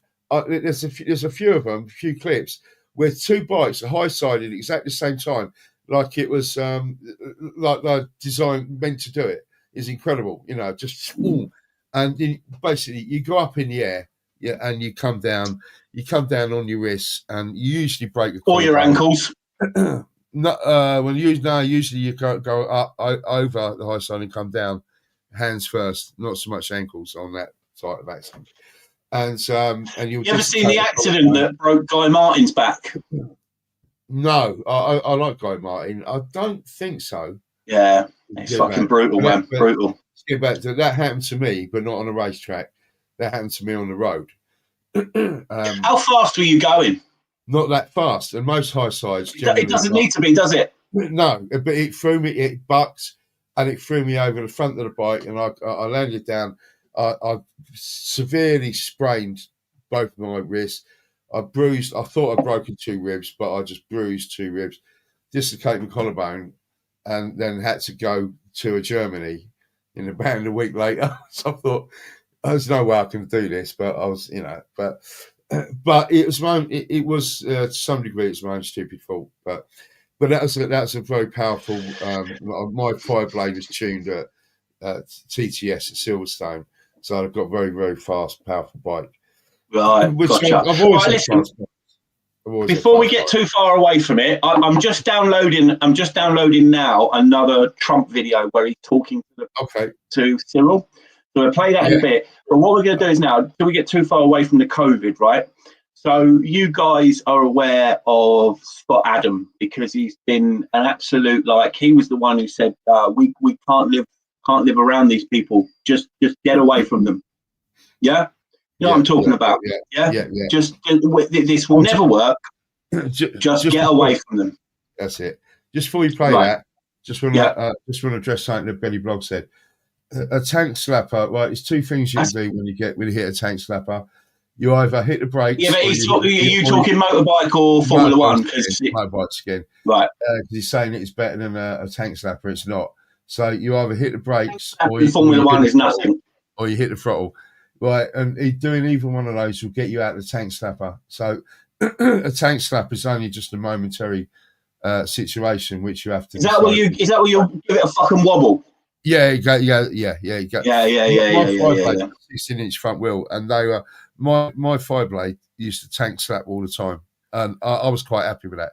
I didn't mind that at all. That's fine. That's what I'm going to get into, Toffee. I'm gonna play you 2 videos, and it's very much a we know we use this as a meme all the time, how it started versus how it's going, right? But I am in no way gloating about this because Scott Adams absolutely, for the first part of the pandemic, bought in to the vaccine, but then he very courageously apologized and said he was on the wrong side of history. That the well, listen, I'll let the video speak for itself, and then I'll play you the second video that I only saw for the first time today myself. Right, are you ready for this, Mr. Mac? This is how it started. All right, this is where he's coming clean, and he's saying he was wrong, and we were right. Completely. Right. Having said as clearly as possible that the anti-vax people seem to be the winners, I want you to hear that clearly. The anti-vax people appear to be the winners. The anti-vaxxers clearly are the winners at this point, and I think it'll probably stay that way. And I don't want to put any shade on that whatsoever. They came out the best. They have the winning position. The unvaccinated have a current advantage because they feel better. The thing they're not worrying about is what I have to worry about, which is, I wonder if that vaccination 5 years from now, because really the anti-vaxxers, I think, were really just distrustful of big companies and big government. That's never wrong. It's never wrong to distrust government. It's never wrong to distrust big companies, right? So if you just took the position, let's just distrust everything the government did, well, you won. You won. You won completely. I did not end up in the right place. Agree? You would all agree with that, right?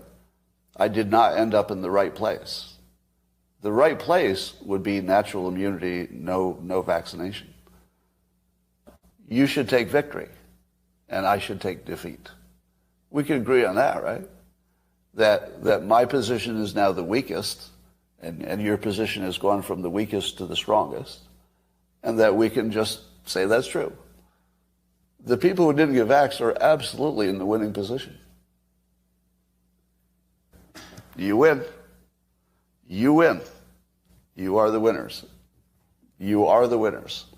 All right, let me say that part with no ambiguity. You won. You won.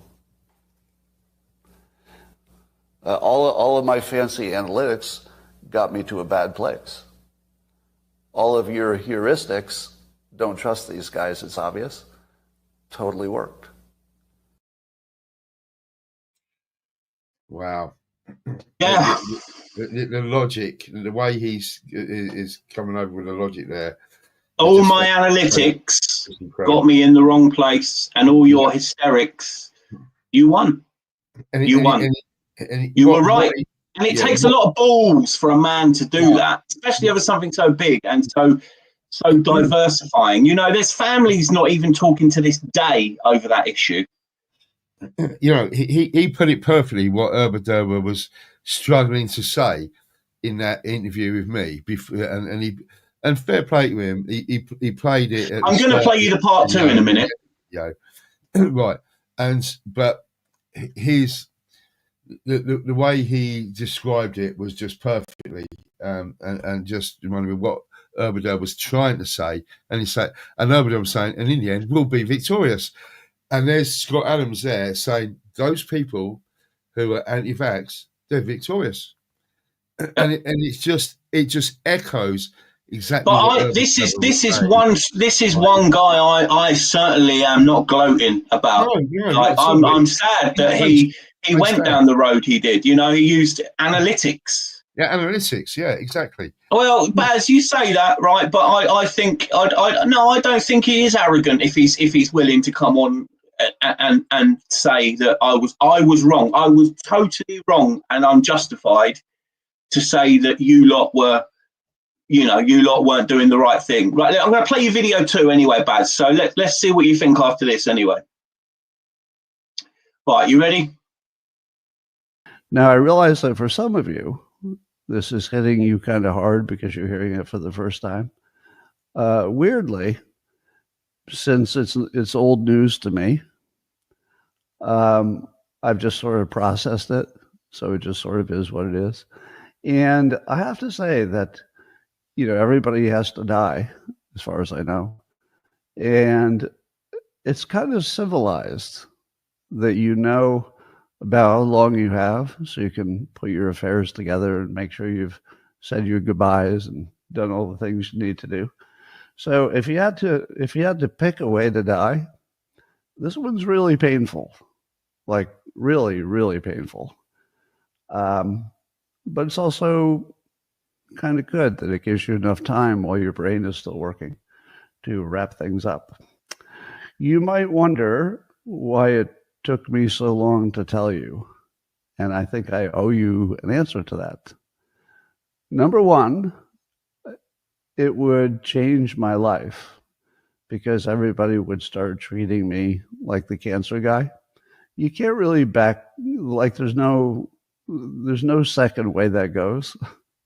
You know, once you go public, you're just the dying cancer guy. And I didn't want you to have to think about it. And I didn't want to have to think about it. You should know, well, if you didn't already know, I am unusually mentally tough. So while this could be much worse, you know, for some people, I suppose, I'm handling it quite well. The pain is tough. I mean, really tough. But the mental part, you know, I got that under control. And I can see in the comments that some of you are having a tough time with it. But remember, nothing lasts forever. Nothing lasts forever.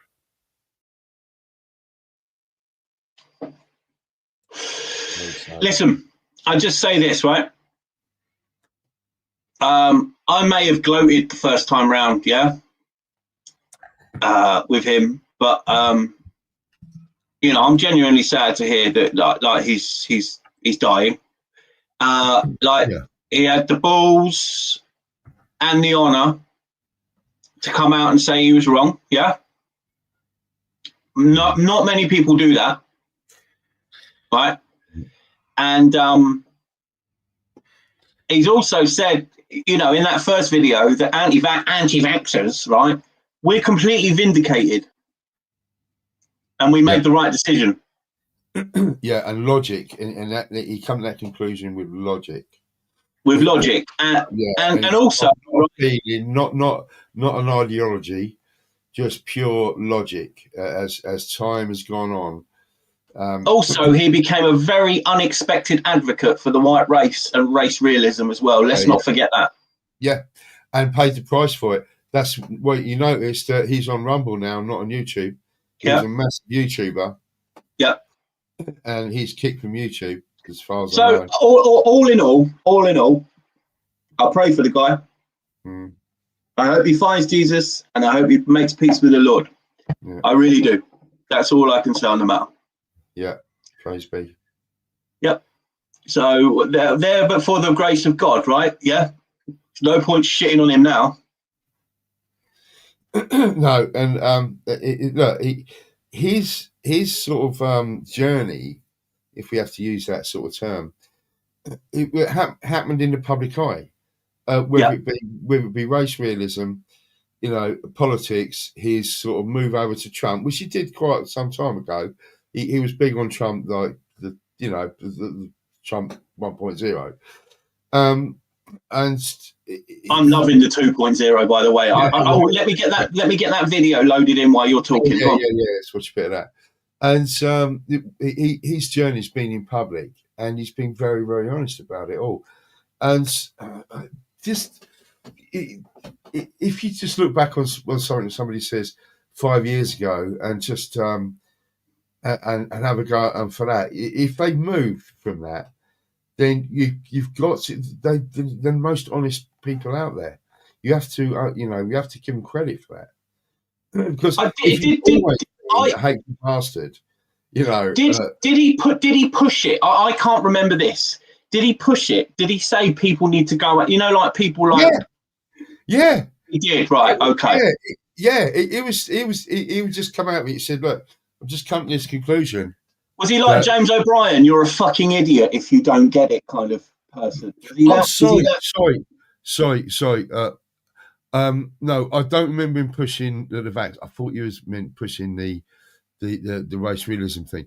Oh no! Well, I know that much, mate. Yeah, I know that much, and I believe in everything he said there. It's never going to work. Get away from these people. Yeah. So when it comes to vax, no, I've got no idea whether he was pushing it. Like you know, Dr. John Campbell, Sensum's favourite nurse. Yeah. See, some people give him the sort of.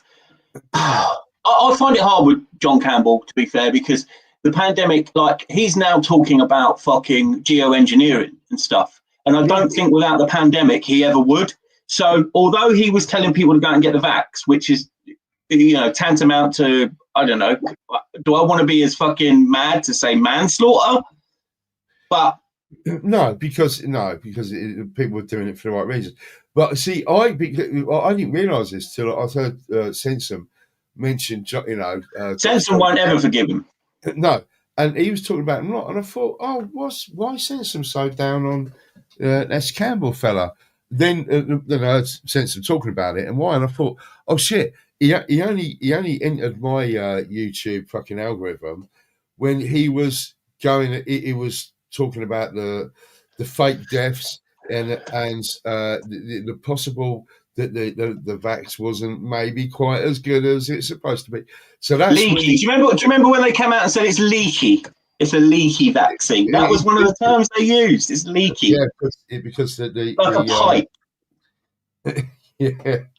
Yeah, because the spike moves around and it shouldn't.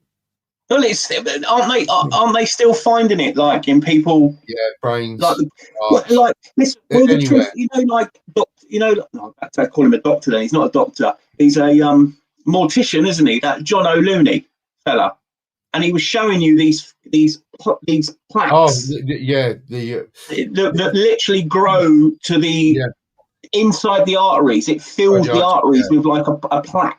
Amyloid or something. I'm not.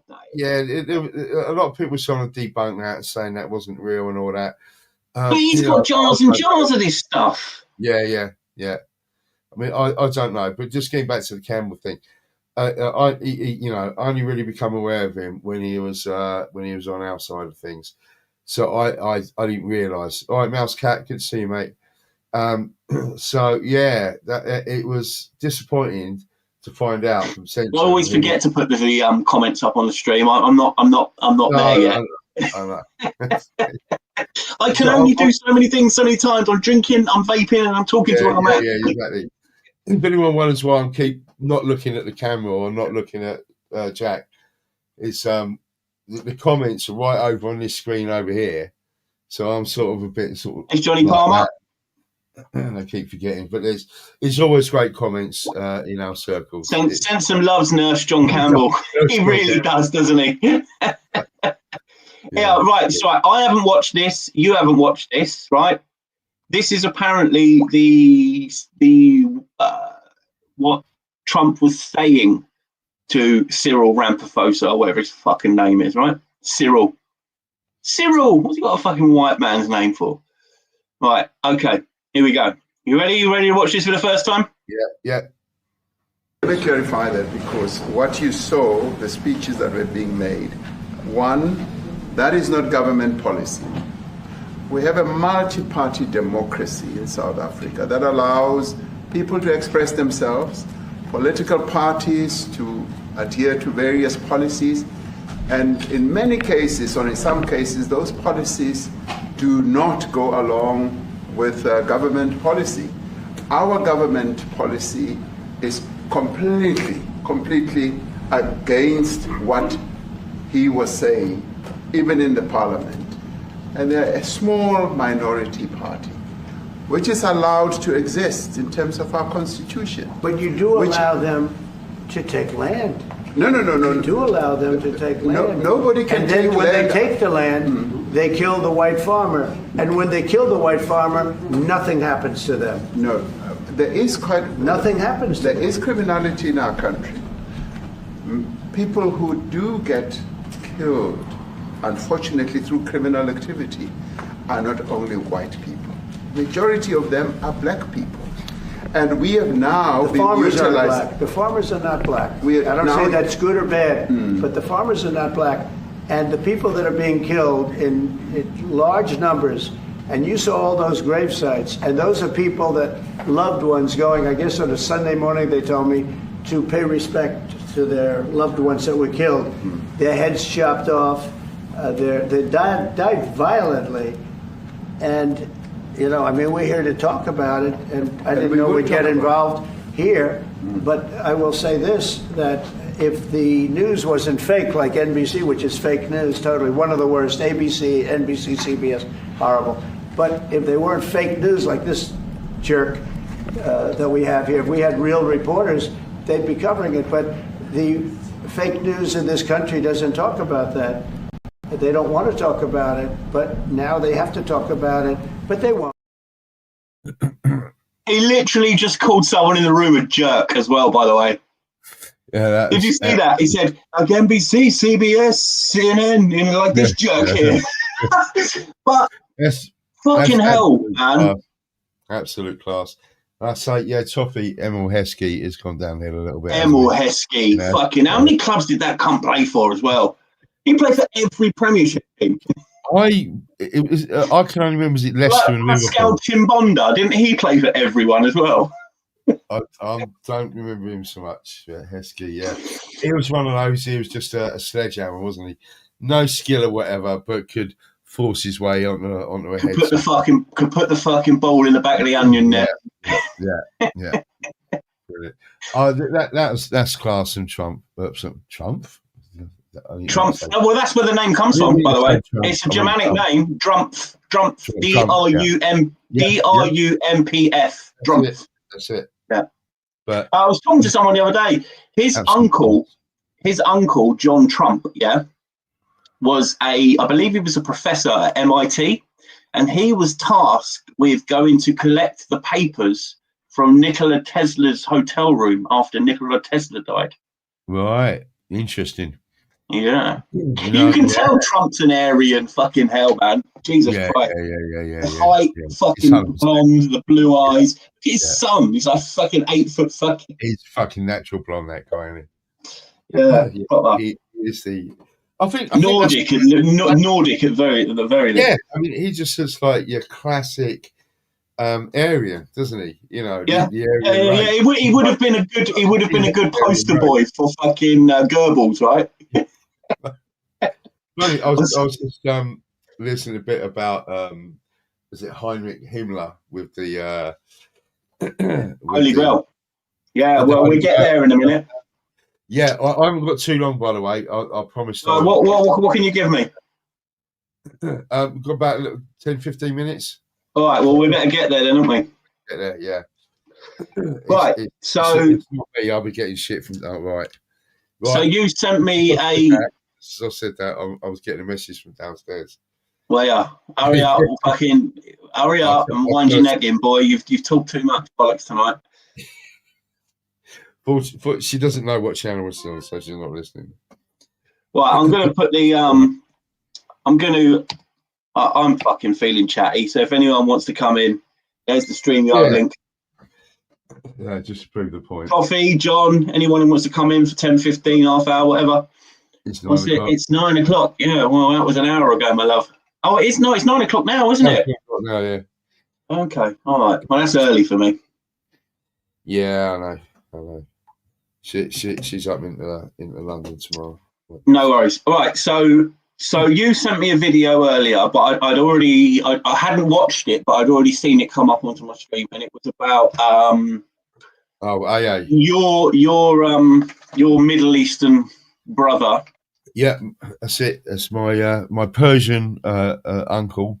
Yeah, what's his name? Naveen Palmer, is it or something? Nima Parvini. Nima Parvini. I got my vowels the wrong way around. Oh, did you know, right? In Arabic, no word starts with 2 consonants next to each other. No. Well, you do now. I only found that out the other day. Every day's a school day, right? So it was about Spielberg's. Yeah. The films of Steven Spielberg. I'll let you sort of take the lead with this. Okay. Yeah. So it was an AA academic agent video today, and he was talking. Now, if anybody doesn't know or has the wrong idea about AA and his Persian background, Persian stroke Welsh background. Yeah, it's very strange admixture, isn't it? Yeah, he is very, very based.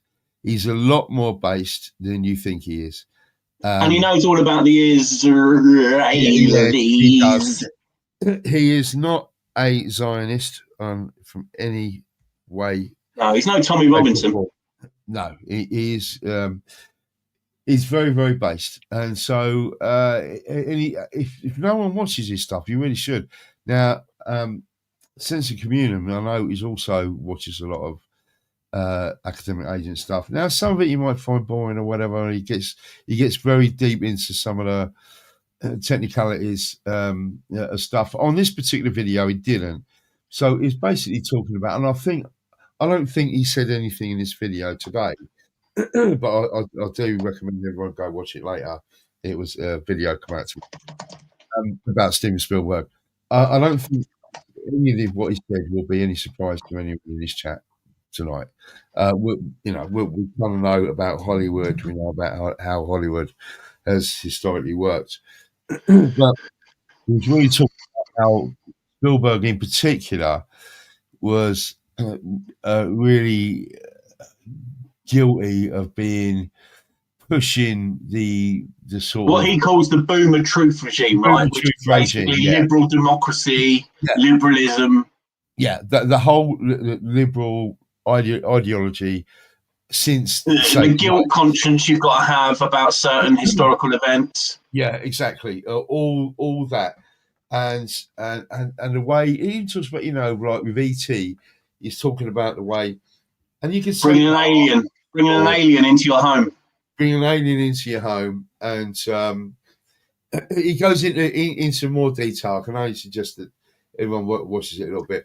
And it's like, yeah, and he's always sticking up for the the smaller groups, if you whatever. It's just basically very, very ultra liberal, but with a slight with that Hollywood Zionist bent to it, if you want to call it that. Yeah, what did he say? What did he say? He goes, he takes great pleasure in letting you watch many mid-century Germans. Have their fucking heads blown off. Yeah, and he brings that up like in films like Indiana Jones, and of course there's you don't need to talk about Schindler's List. Obviously that goes without saying, but there's many films where the sort of the head explosion count of mid-century Germans is just sort of beyond reality, really. So it's quite funny. And you mentioned and somebody he had some pushback in saying even talking about Jaws, and I thought, well, come on, not Jaws, which was a classic Spielberg film, one of the earliest that I remember, possibly one of Spielberg's earliest massive films. And I was a kid. I think I was 13 or 14 and managed to get to see Jaws in the cinema. And I thought, well, how can you possibly see this in some kind of liberal or, boom of truth regime that he quite often talks about, where everyone's just been cut into believing certain things. And but he does. He gets there, and I think he talks about how someone sacrificed themselves for an outsider, and someone from a liberal from New York or something like that. So I think he's talking about. I can't remember. There was the three main characters in Jaws, wasn't there? So you had the copper of Amity Island. You had the old fisherman, the gnarly old fisherman. Quint. Yeah. With played by the old Irish actor. Is he Irish or Scottish? I thought he was Irish. Yeah, he's Irish. Quinn. Yeah, very good. Then you had the the oceanologist or biologist guy who ended up on the boat, and but it didn't. It was only it was only the cop from Amity Island that survived in the end, wasn't it? So I'm not too sure what he was on about. But he made it. He reminded me of films that I'd forgotten that he'd even directed, like Amistad, which was about the slave ships and that, right? Yeah, because he talks about that, and I was, oh shit, I forgot. He's directed so many fucking films. Yeah, The Colour Purple. With The Colour Purple. There you go. Yeah, I mean, just I remember. Even as at the age of about 22 or something like that, whenever that film come out, maybe younger, that I definitely don't want to see that film. I definitely have no interest in seeing that film, and I didn't. I've never seen it to this day. But that was a big sort of anti-white kind of thing, I believe. Saying that, though, I didn't actually see it. So, yeah, I couldn't watch anything with Whoopi Goldberg. Do you know what? It always takes me back to Toller and his base dungarees man. Now, the Holocaust was big business. I fucking love that fucking clip. Not a lot of people know who owned them ships. That was literally daytime TV in the 90s. Yeah. In America, you could have those discussions. And who was the Jewish? He was absolutely Jewish phenotype, sounded like, looked like, and David something his name was. John Palmer, I know, because he's probably got all his fucking videos. You know the one I'm on about. I do. And when he was first on in the 90s, he was a proper young fella, and he was like, "Listen, this is all fucking Gualdo, Johnny Johnny, jump in for half hour, mate. Otherwise, I've got to go to bed. That's the rules here. I'm not talking about David Guest. No. No, David Guest. Do you remember? Here's a little one for you. Do you remember when he was on Celebrity Big Brother, right? Yeah. And David Bowie died, and David Bowie's first wife was on that show, and she come in and was saying, David's dead, and everyone thought they meant about David Guest, and they were looking in the bedroom, and David Guest is just fast asleep in his bed. Right, so John's not coming on with the coffee's coming on. He has not coming on because he's coming on tomorrow. I'm in a bit of a fucking. I'm gonna have to go to bed. I've got no fucking choice. He is dead now, isn't he, David Guest? He's dead now. Yeah, he's dead now. You know what? You won't believe this, but I've had people accuse me of looking like David Guest. How fucking ruddy dare they? Unbelievable, man. Unbelievable. I mean, he had that like spray on hair, didn't he? Yeah. Which I haven't, by the way. It's all real. And he was fucking Liza Minnelli. Yeah. For many a year. She was no chip off the block, was she? If you look at Judy Garland, I don't know what the fuck happened. No, that's right.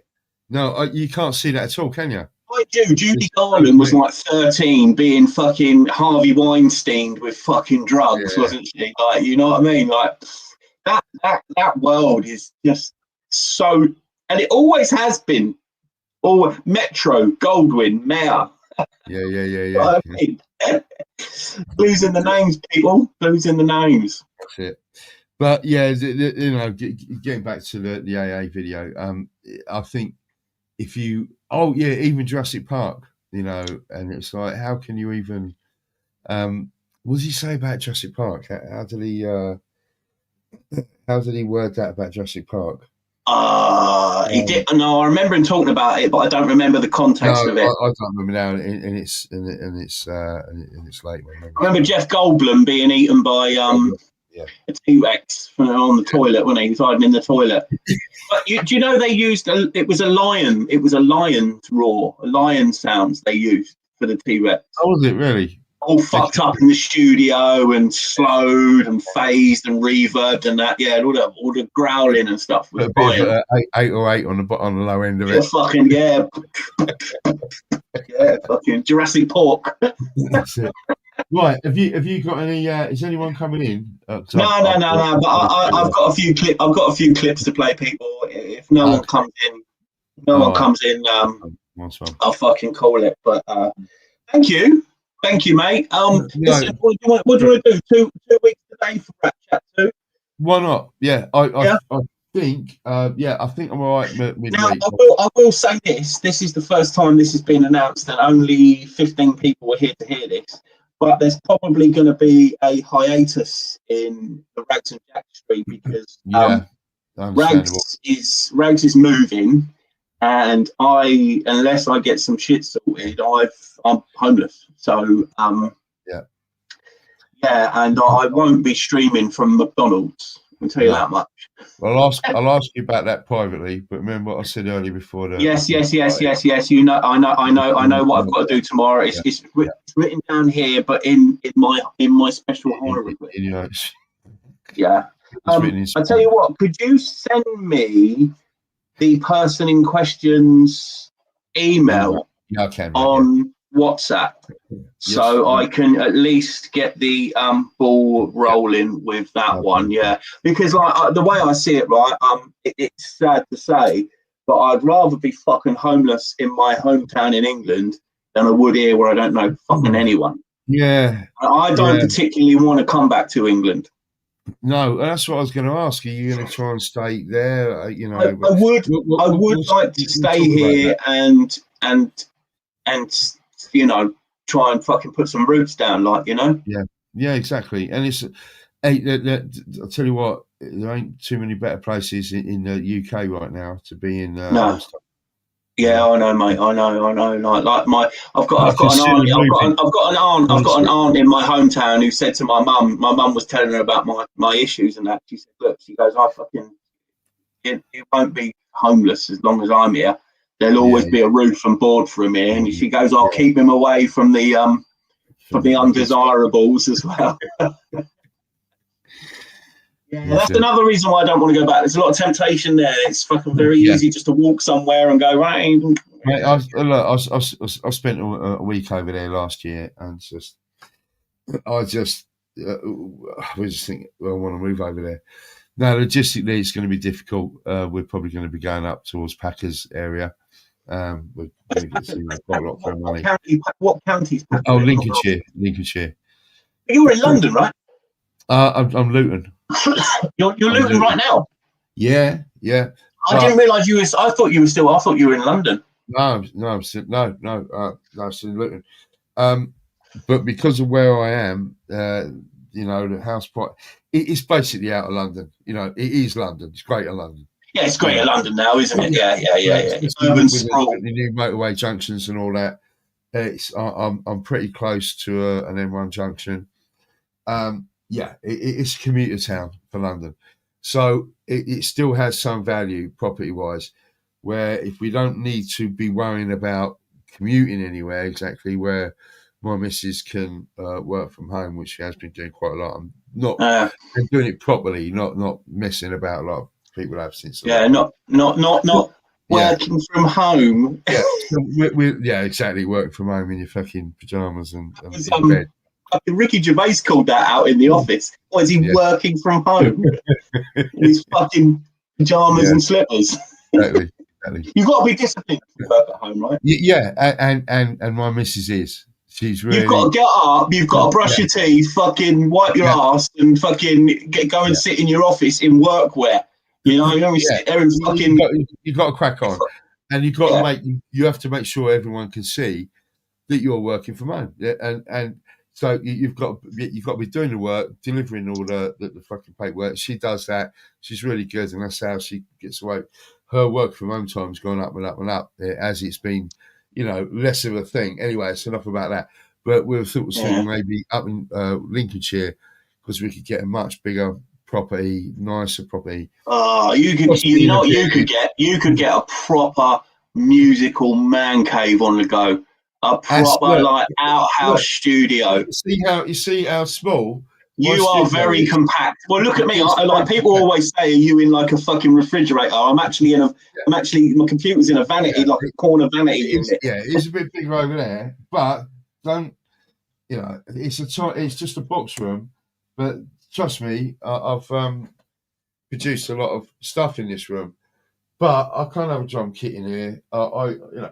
I'd love a room that was just a proper, do it as a proper studio. Yes, it is a studio because I've got the gear in here, but no, it isn't a studio. It's a box room in a 3-bedroom house. And I'd love to be able to have a purpose-built studio. I'd love to. So, well, listen, we've got plans to collaborate once I'm a little bit more fucking grounded and that, and you know the sound that I want to go for. Johnny Palmer Johnny Palmer, I like it. Yeah, Johnny. Do you remember Pesce? Remember the DJ producer Pesce? Yeah, I've been sending Al Mac some of his latest stuff. Yeah, yes. Jack London's been getting me into all this bass and drum stuff. Yes, that's our little joke, isn't it? Yeah, we don't call it fucking drum and bass. It's bass and drum. It's fucking bass and drum, right? Yeah, bass and drum. That's our fucking rules. What's our what did we agree that our Agents of Chaos? Hot dogs and yeah. No. Your production name, it's Ronnie Hot Dogs. Ronnie Hot Dogs. Who am I again? You're Ronnie Hot Dogs. I'm Ali Kebabi. That's it. I'm Ronnie Hot Dogs. You're Ali Kebabi, aka Agents of Chaos. That's right. Yeah. We sound like the fucking people on Peep Show, don't we? With the executioner's bomb. I think you made a good start anyway. I think we're on the right road. Listen, mate, it's been a crack. Yeah, well, listen, I'm gonna hang around for a few minutes. I've got a few clips to play, but if no one jumps in, I'm gonna have to cut it. So, everyone in the chat, see you later, guys. I'll see you in. Dr. S. Gachet, refused Nick. Dr. S. Gachet was from the biggest council. If you can go out, if you want to jump off, mate, you jump off. Thank you so much. Right, so Dr. S. Gachet was from the biggest council estate in England. I don't know if it still is. It used to be called Lee Park down in Portsmouth. Dr. S. Gachet, if you remember the old drum and bass days.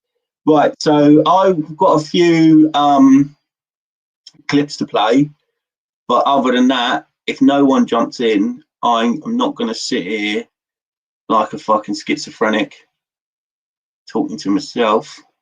Right, okay. Got a couple of dog clips. What have I got left? Got a couple of dog clips. Got a couple of white people thing clips.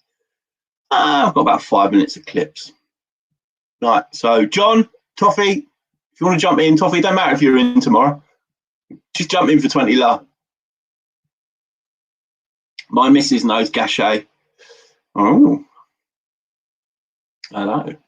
Right, I'll play. Right, sheepdog. Check out this sheepdog. Hey, hey! Hey, hey, hey! Hey, no. Fine.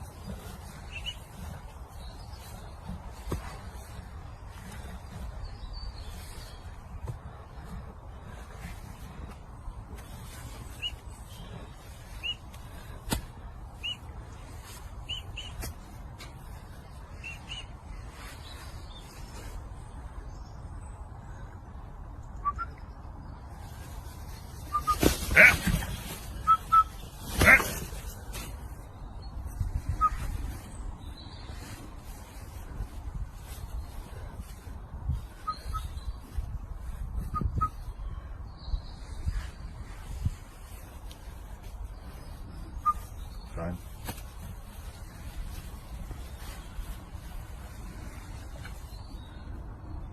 That'll do.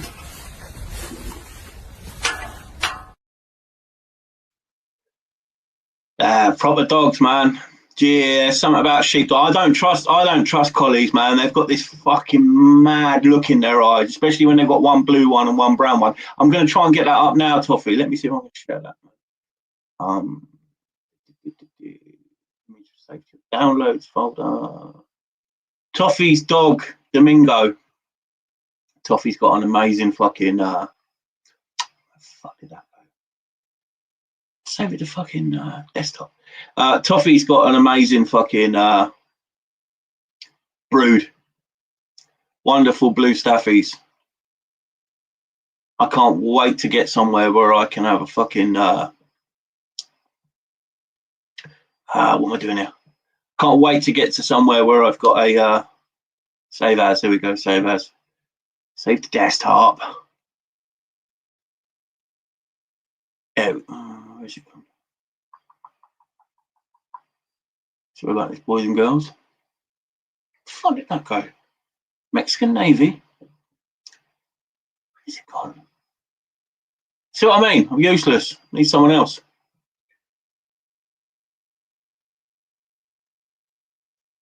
Right. What the fuck did I do with it? Right. Save as.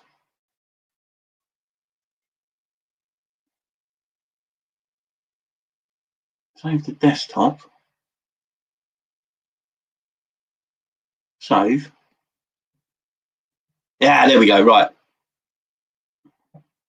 This is what Toffee's dog did earlier. How do you want to open this file? Fucking however it comes, man.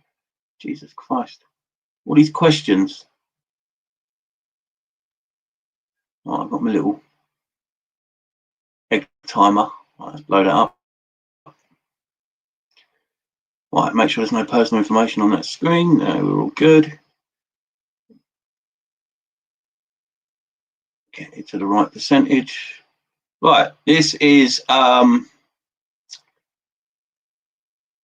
Toffee's dog did to his where the fuck's it gone?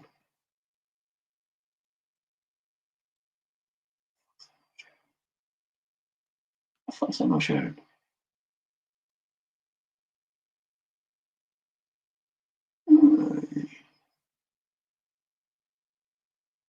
Sorry, people. Right, I'm probably going to have to... window, there we go. That's what I want. Entire screen, window. No, that's not right either, is it? No, that's not right either. I've just got the fucking thing of death here. I am fucking shite. Why can't I fucking share that? Present. Image file. There we go. Image. There we go. That should work. There we go. This is what Toffee's dog. When he said he's iron, I was expecting a fucking golf club. No, it's a genuine iron. And look how much he doesn't give a fuck either. Look how much he doesn't care. Beautiful boy. Absolutely stunning. Stunning. Right. Right, let's see what else I've got to show you. Right. This is proper white man's Come on, Millie. Millie, come. Come on. Come on. Millie, come. Right, you just stay there.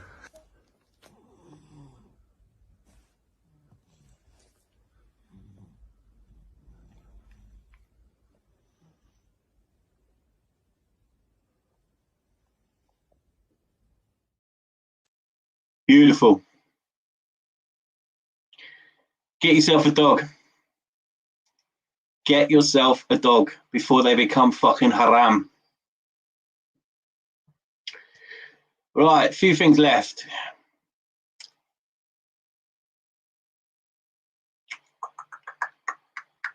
Check out this 6-month-old baby having the time of his life. I mean, like, I don't know whether this is a good or a bad thing, but the baby doesn't seem to be like too bothered by it.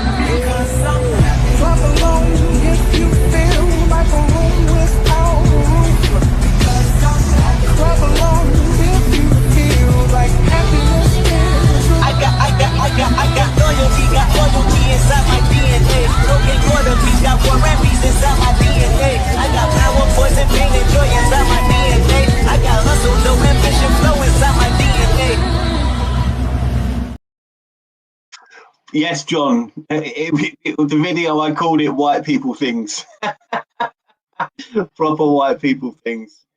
Right, I've got one or two left. Yeah, there you go. This is what white people do. If this was a different like breed species, this would be on a fucking barbecue. In the work this morning, there's a seagull stuck in the fence. Hello. Do you want me to help you? Do you want me to try and help you? I don't know. I'm gonna try and help you, okay? Don't attack me.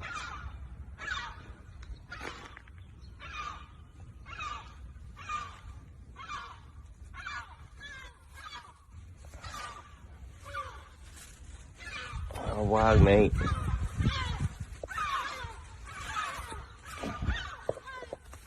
There you go. There you go.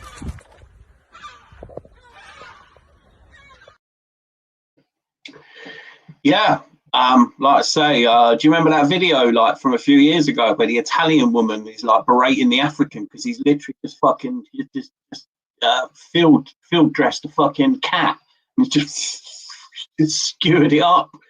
Fucking John, jump in for a little bit, bro. I literally do have to go to bed. Got nothing else to do. Oh, right. I think I've only got one more loaded up.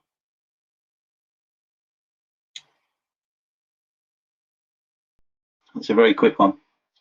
But if you could be as happy as this, wouldn't you love it?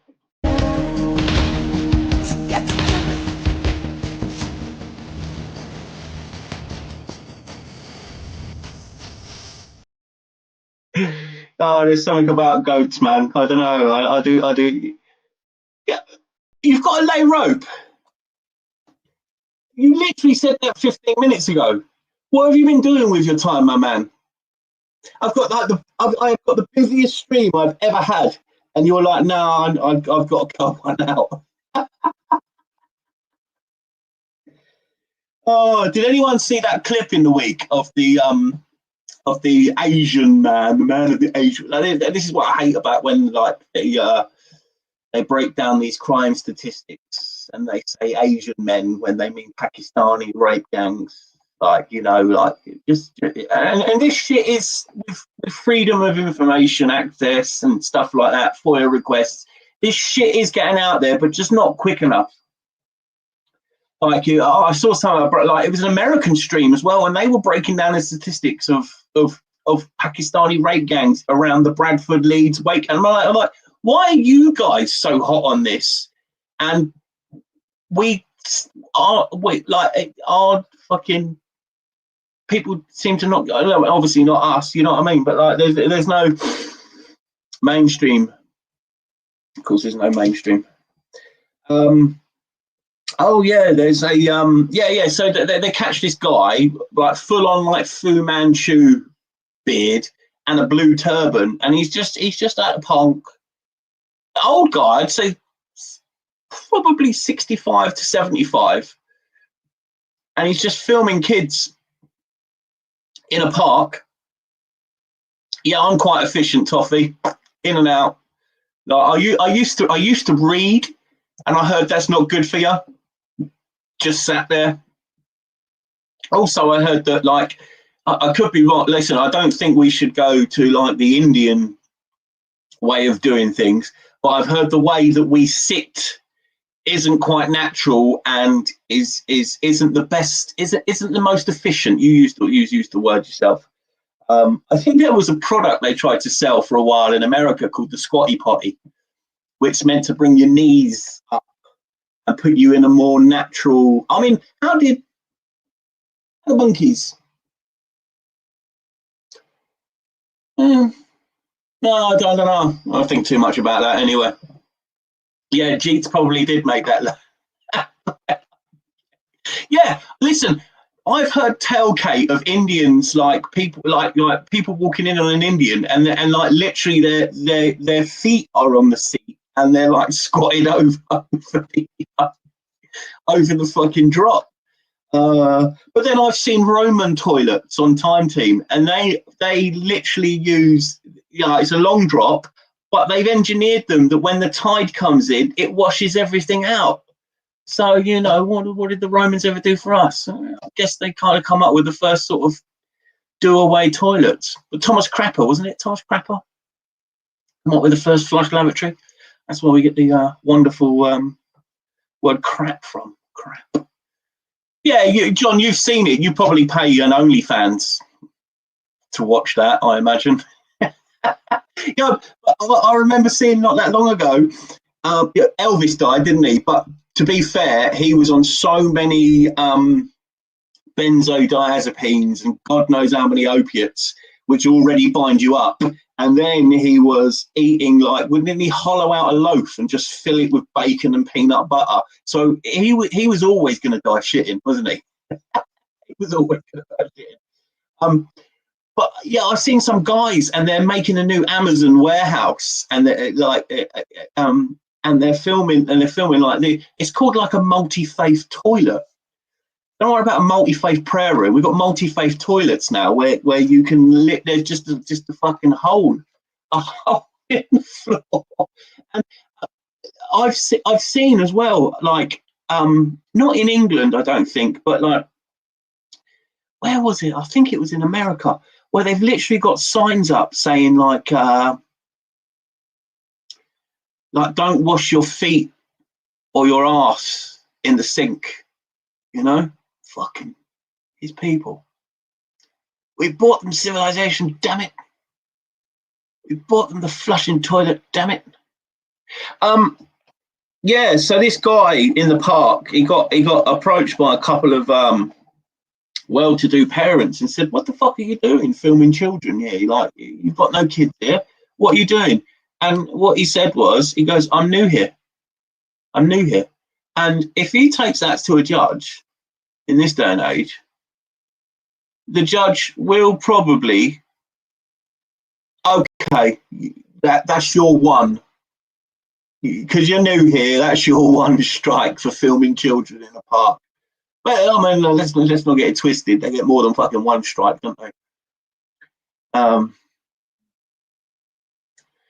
No joke, John. He showers after doing. I remember seeing. I don't know if any of you guys were into Opie and Anthony when they were quite big. You know, the American shock jocks, and they used to watch like funny documentaries. That's how I found out about that racist episode of Happy Days, where he's got the black guy that he used to fight in the war with come round, and they make all these racial mistakes like cutting up watermelon, and then like. What was her name? The sister was sat there with a sheet over her head, doing her Invisible Man impression. He's like, oh, that reminded me of the Klan. It was so funny. I'd actually love to find that episode and play it and do a breakdown of it. Hello, Dawn, my lovely. B-days. Yeah, my mate had a B-day when we were young, but it literally only got used for spewing up him when we were fucking drunk beyond comprehension. Yeah, but anyway, yeah, it was about this woman, right? And she was so petrified of her own movements, right, that she would do anything not to do them, and she would literally like fucking you know, like a bog brush or like a brush you use for doing your yeah, she would like clean herself raw, like, yeah, she was so wash your ass in the sink like a man. Yeah, that's it. Bow shy. Is that a genuine thing, Kate? Bow shy. Right, let's see if anything's happened in the fucking. That's great about Trump, isn't it? I might play that again, actually. Should we play that again? All right. So this was the ambush on. He got the South African president there, and then proper ambushed him with this. I'm going to play this for 4 minutes.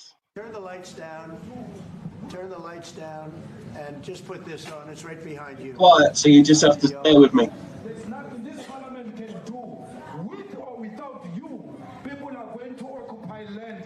We require no permission from you, from the president, from no one. We don't care. We can do whatever you want to do. Who are you to tell us whether we can occupy land or not? We are going to occupy land. South Africa, occupy land. That's who we are. Can we drop my membership from this useless parliament? Yes, honorable member. Must never be scared to kill. A revolution demands that at some point there must be killing, because the killing is part of a revolutionary act. Shoot to kill. Gaza. Kill the poor, the farmer. Kill the boy.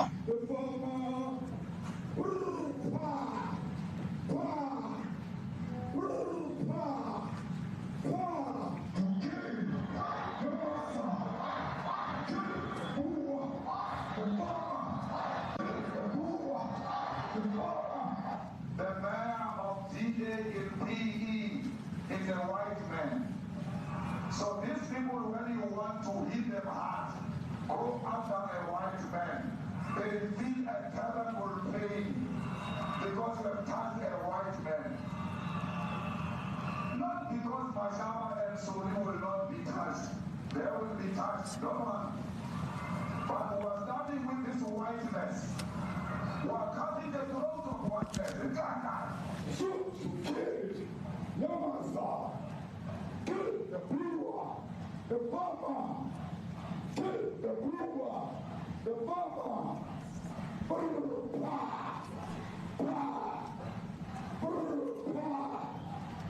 Shoot to kill. Yamasa. Kill the poor, the farmer. Kill the poor, the farmer.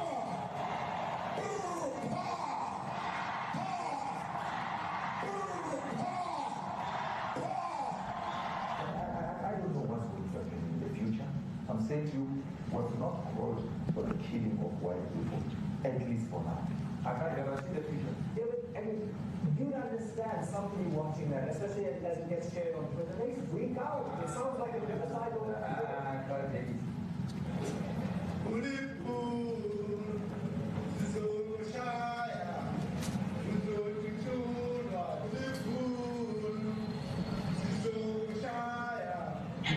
He's not watching it, is he? Look at him.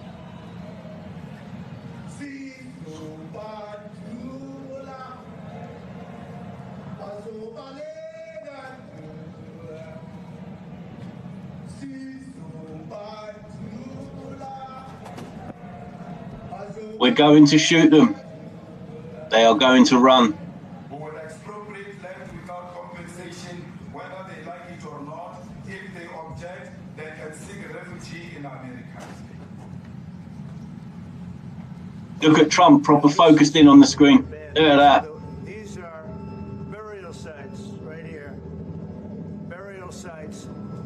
Burial sites. 1,000 of white farmers, and those cars are lined up to pay love on a Sunday morning.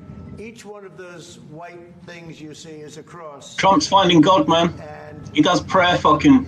Approximately 1,000 of them. They're all white farmers, the family of white farmers. And those cars aren't driving, they're stopped there to pay respects to their family member who's killed. And it's a terrible sight. I've never seen anything like it.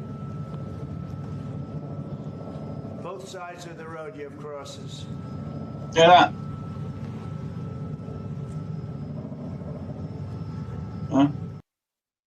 Now listen.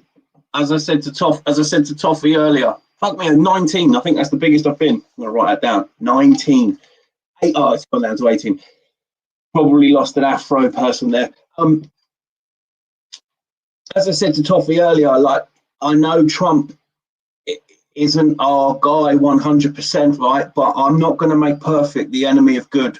He's doing some fantastic stuff. Like no world leader has ever in my lifetime highlighted white. Well, is it really? I mean, I guess it's been going on for a while. I had relatives through marriage move here from Pretoria in the 90s, and they said it was fucking like horrible.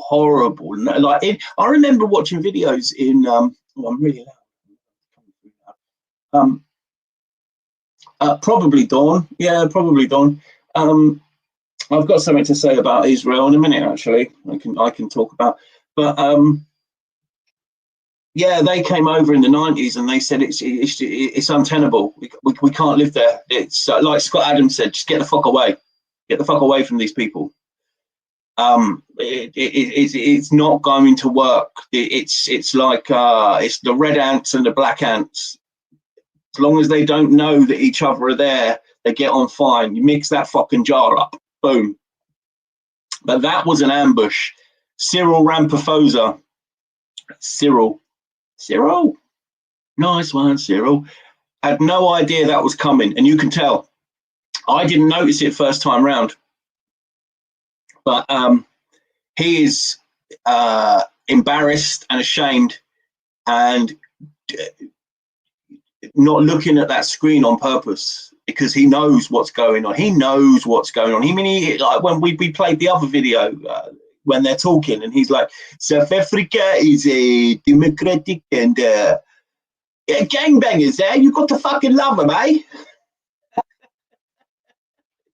Yeah, well, listen, this is what I was going to bring up, Refuse Nick. Like, I was brainwashed the fuck as a kid into thinking Nelson Mandela was a freedom fighter. Like a lot of people were. But the more you live, the more you learn. And one man's freedom fighter is another man's fucking terrorist. And I literally just put Nelson Mandela bombings into Google. I thought they'd probably try and fucking hide it. So his party was the Umkhonto weSizwe, MK. There's three here. Three key attacks. 1983 Church Street bombing. This event in Pretoria resulted in 19 deaths and 217 injuries. The 1985 Amanzimtoti bombing. A bombing in a shopping centre on the Natal South Coast resulted in 5 deaths and 40 injuries. And the 1986 Durban beachfront bombing. A bomb in a bar on the beachfront killed 3 civilians and injured 69. Winnie Mandela was a child killer. Yes, they protected her. There was bodies, fucking skeletons. They call them skeletons. And what's their necklace? I'll put the necklace around your head, Giffer. That's like, there are some really fucking sick and savage ways of killing people, but putting a tire full of petrol around someone's neck and then lighting it. I mean, we've come up with some ways to kill people, haven't we, as human beings? But that was some fucking Gary. Do you remember the episode of I'm Alan Partridge where he's doing the deal with the South African guy, and he's like, "No, Alan, you can't," and he's like, "You can't call me that." He goes, "No, Alan, you can't." He goes, "We don't use words like that." He's got his table that's balanced. Oh, yeah, they are brutes. Yeah, she was pure evil. Yeah, absolutely. Mouse Cat. I tried to phone you, Mouse Cat. Right, so yeah, it's something I heard today, and it's a UN document, and I'm trying to find it, but they have fucking managed to hide it quite well. But it's there. So basically, the way forward for Holocaust education, right, is to guilt the Anglosphere. I mean, you can kind of work out that this was going on anyway, but it's there in black and white now. If you jump on, mouse, jump on, come on, jump on. The UN document on Holocaust is to basically guilt. Again, right, before I even go into this, right, if you go onto things like ChatGPT, right, tell me what, tell me why what black countries should exist, and it will tell you why, the wonderful reasons why black countries and the Jewish state of Israel should exist. The minute you put in why should what is a white country and that, it will tell you fucking no, this is all about oppression, and it's oh, all right, Mouse Cat, no worries, buddy. What's he said? Oh, that's about my cousin. For anyone who's been following my story of my cousin, I know Kate has. Oh, blimey, he's made the great. Oh, look. I don't know if you can see that. My cousin's made it to the next hospital. Hey, he was fucking brain dead. Now he's doing all right. He's doing all right. He's on the mend. New law in Finland. You can get up to 2 years in prison for anti-Semitism. Is it anti-Semitism or is it Holocaust denial? Two completely different things there. I mean, obviously one leads into the other, but at present, I reckon they'd probably find some fucking loopholes. But at present, well, what did they do to that French bird? Alison, someone will know this. Alison Chabos, or whatever her name is. Well, she just sung a song, didn't she? Didn't deny anything, just sung a song. And she went to prison. John, you'll know about that. So no, you don't have freedom of speech. There's no. Well, Alison, it doesn't. Chabot, you've got to forgive me for. Yeah, you've got to forgive me for not thinking she was English with a name like Chablos. Right? She sounds like a fucking wine.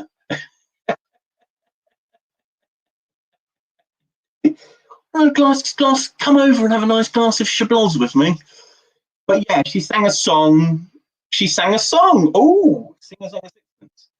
And the Jews got her jailed 3 times. Yeah, madness. Is she out now, John?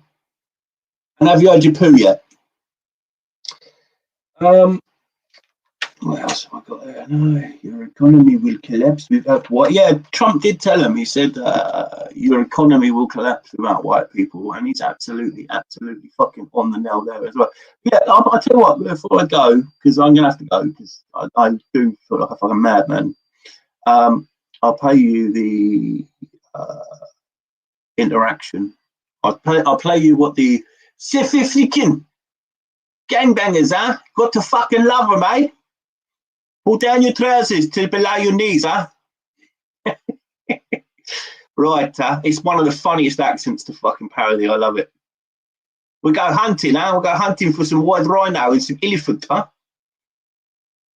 Let me clarify that, because what you saw, the speeches that were being made, one, that is not government policy.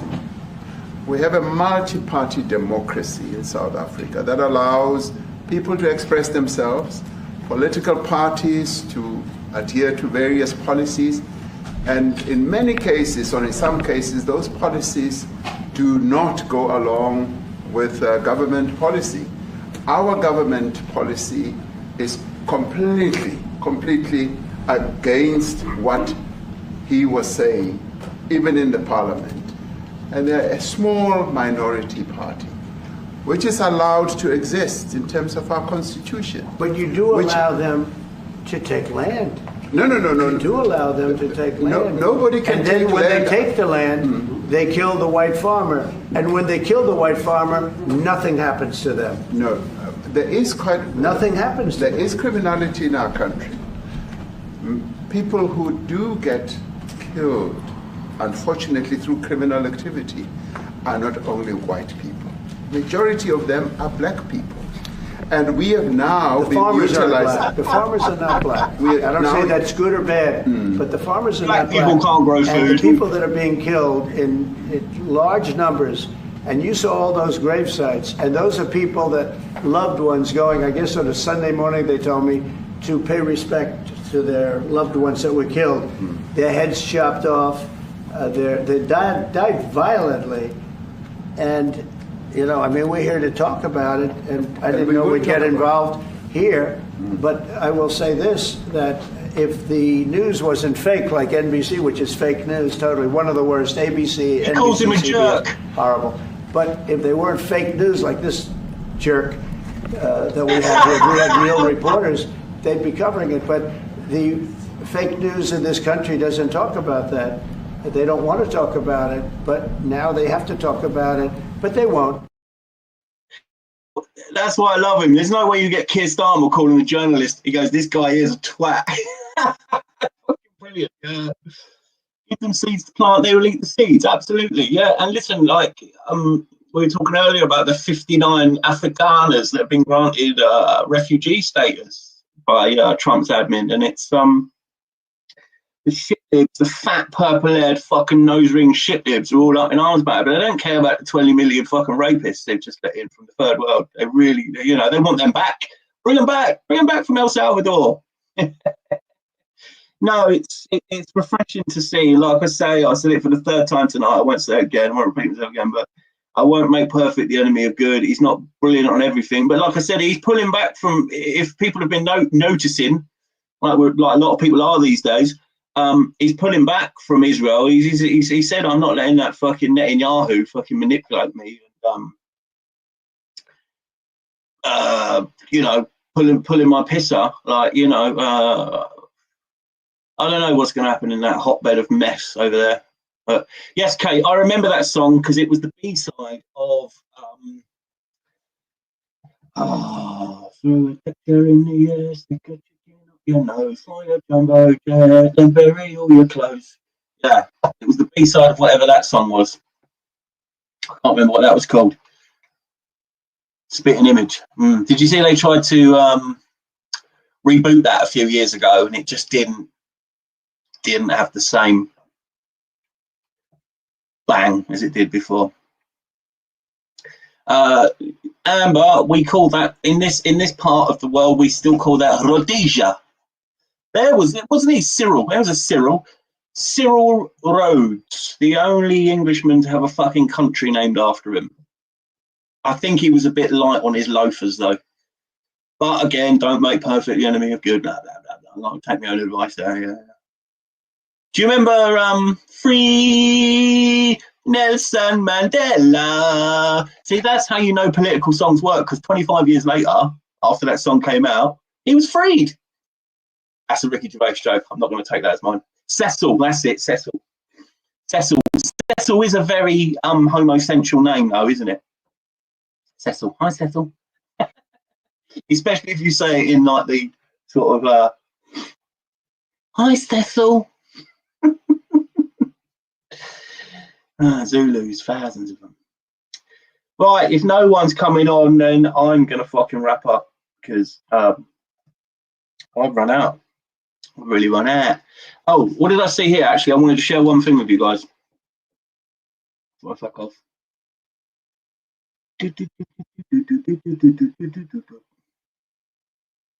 This is good news.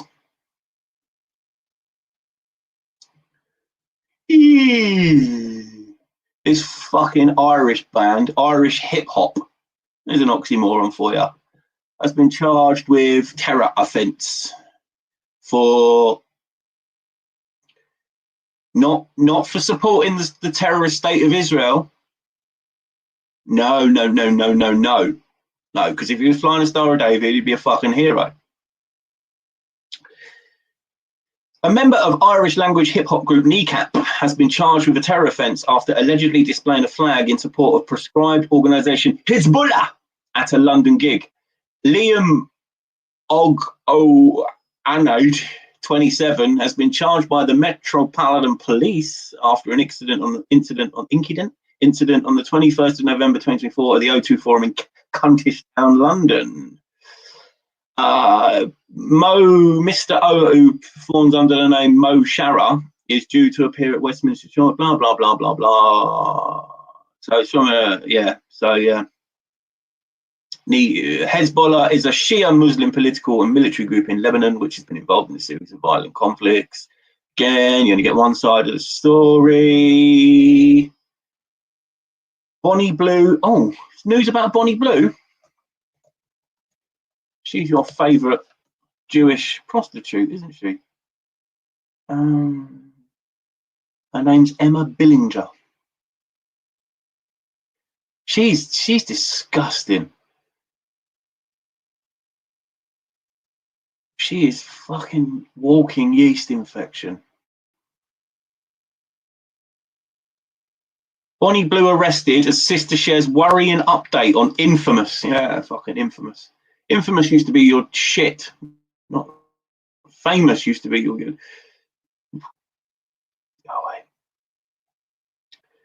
Wild sexual exploits, including sleeping with 1,057 simps in... Oh, sorry, did I say simps? Yeah, simps in 24 hours. Has allegedly been arrested. Good. Whose real name is Tia Billinger. I said Emma. And people like TV shows like This Morning, which I can guarantee is absolutely fucking Hebrewed to the max if you go into the production stuff. As you may have seen, Tia's been arrested. We still don't have clarity on the situation. Yeah, she's disgusting. Adult star not doing well in hospital after sleeping with 583 men in 6 hours. Yeah. I can imagine you probably wouldn't be doing well.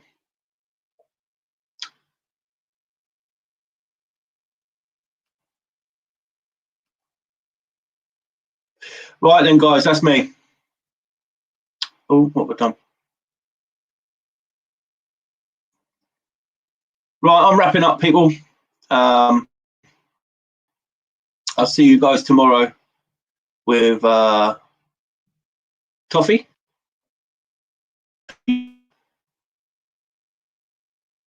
And Mouse Cat. That should be a good dynamic. Thank you all for watching, and thank you for Almac.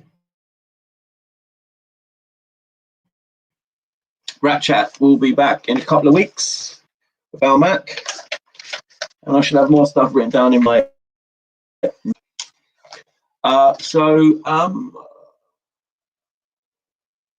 Fucking hell, Vag like a New York Jew tunnel. Oh, Ams, how you've changed.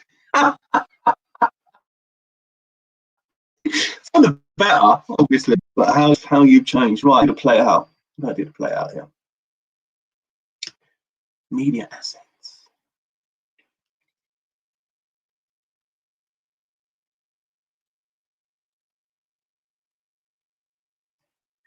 Right, the only thing I really can play here is I'll play the sheepdog again, and then I'm away. Good night, everyone. Hey! Hey, son.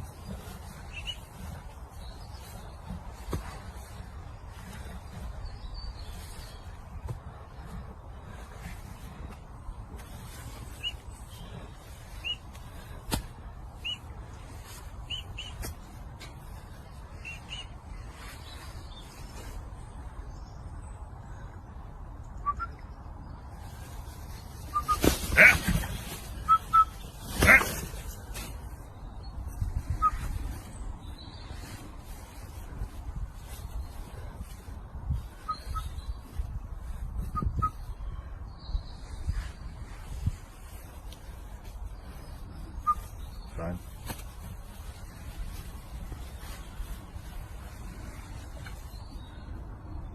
That'll do.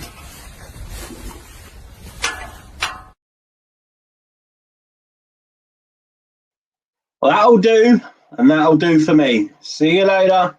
Sorry, Ultra Mega Essex Boy.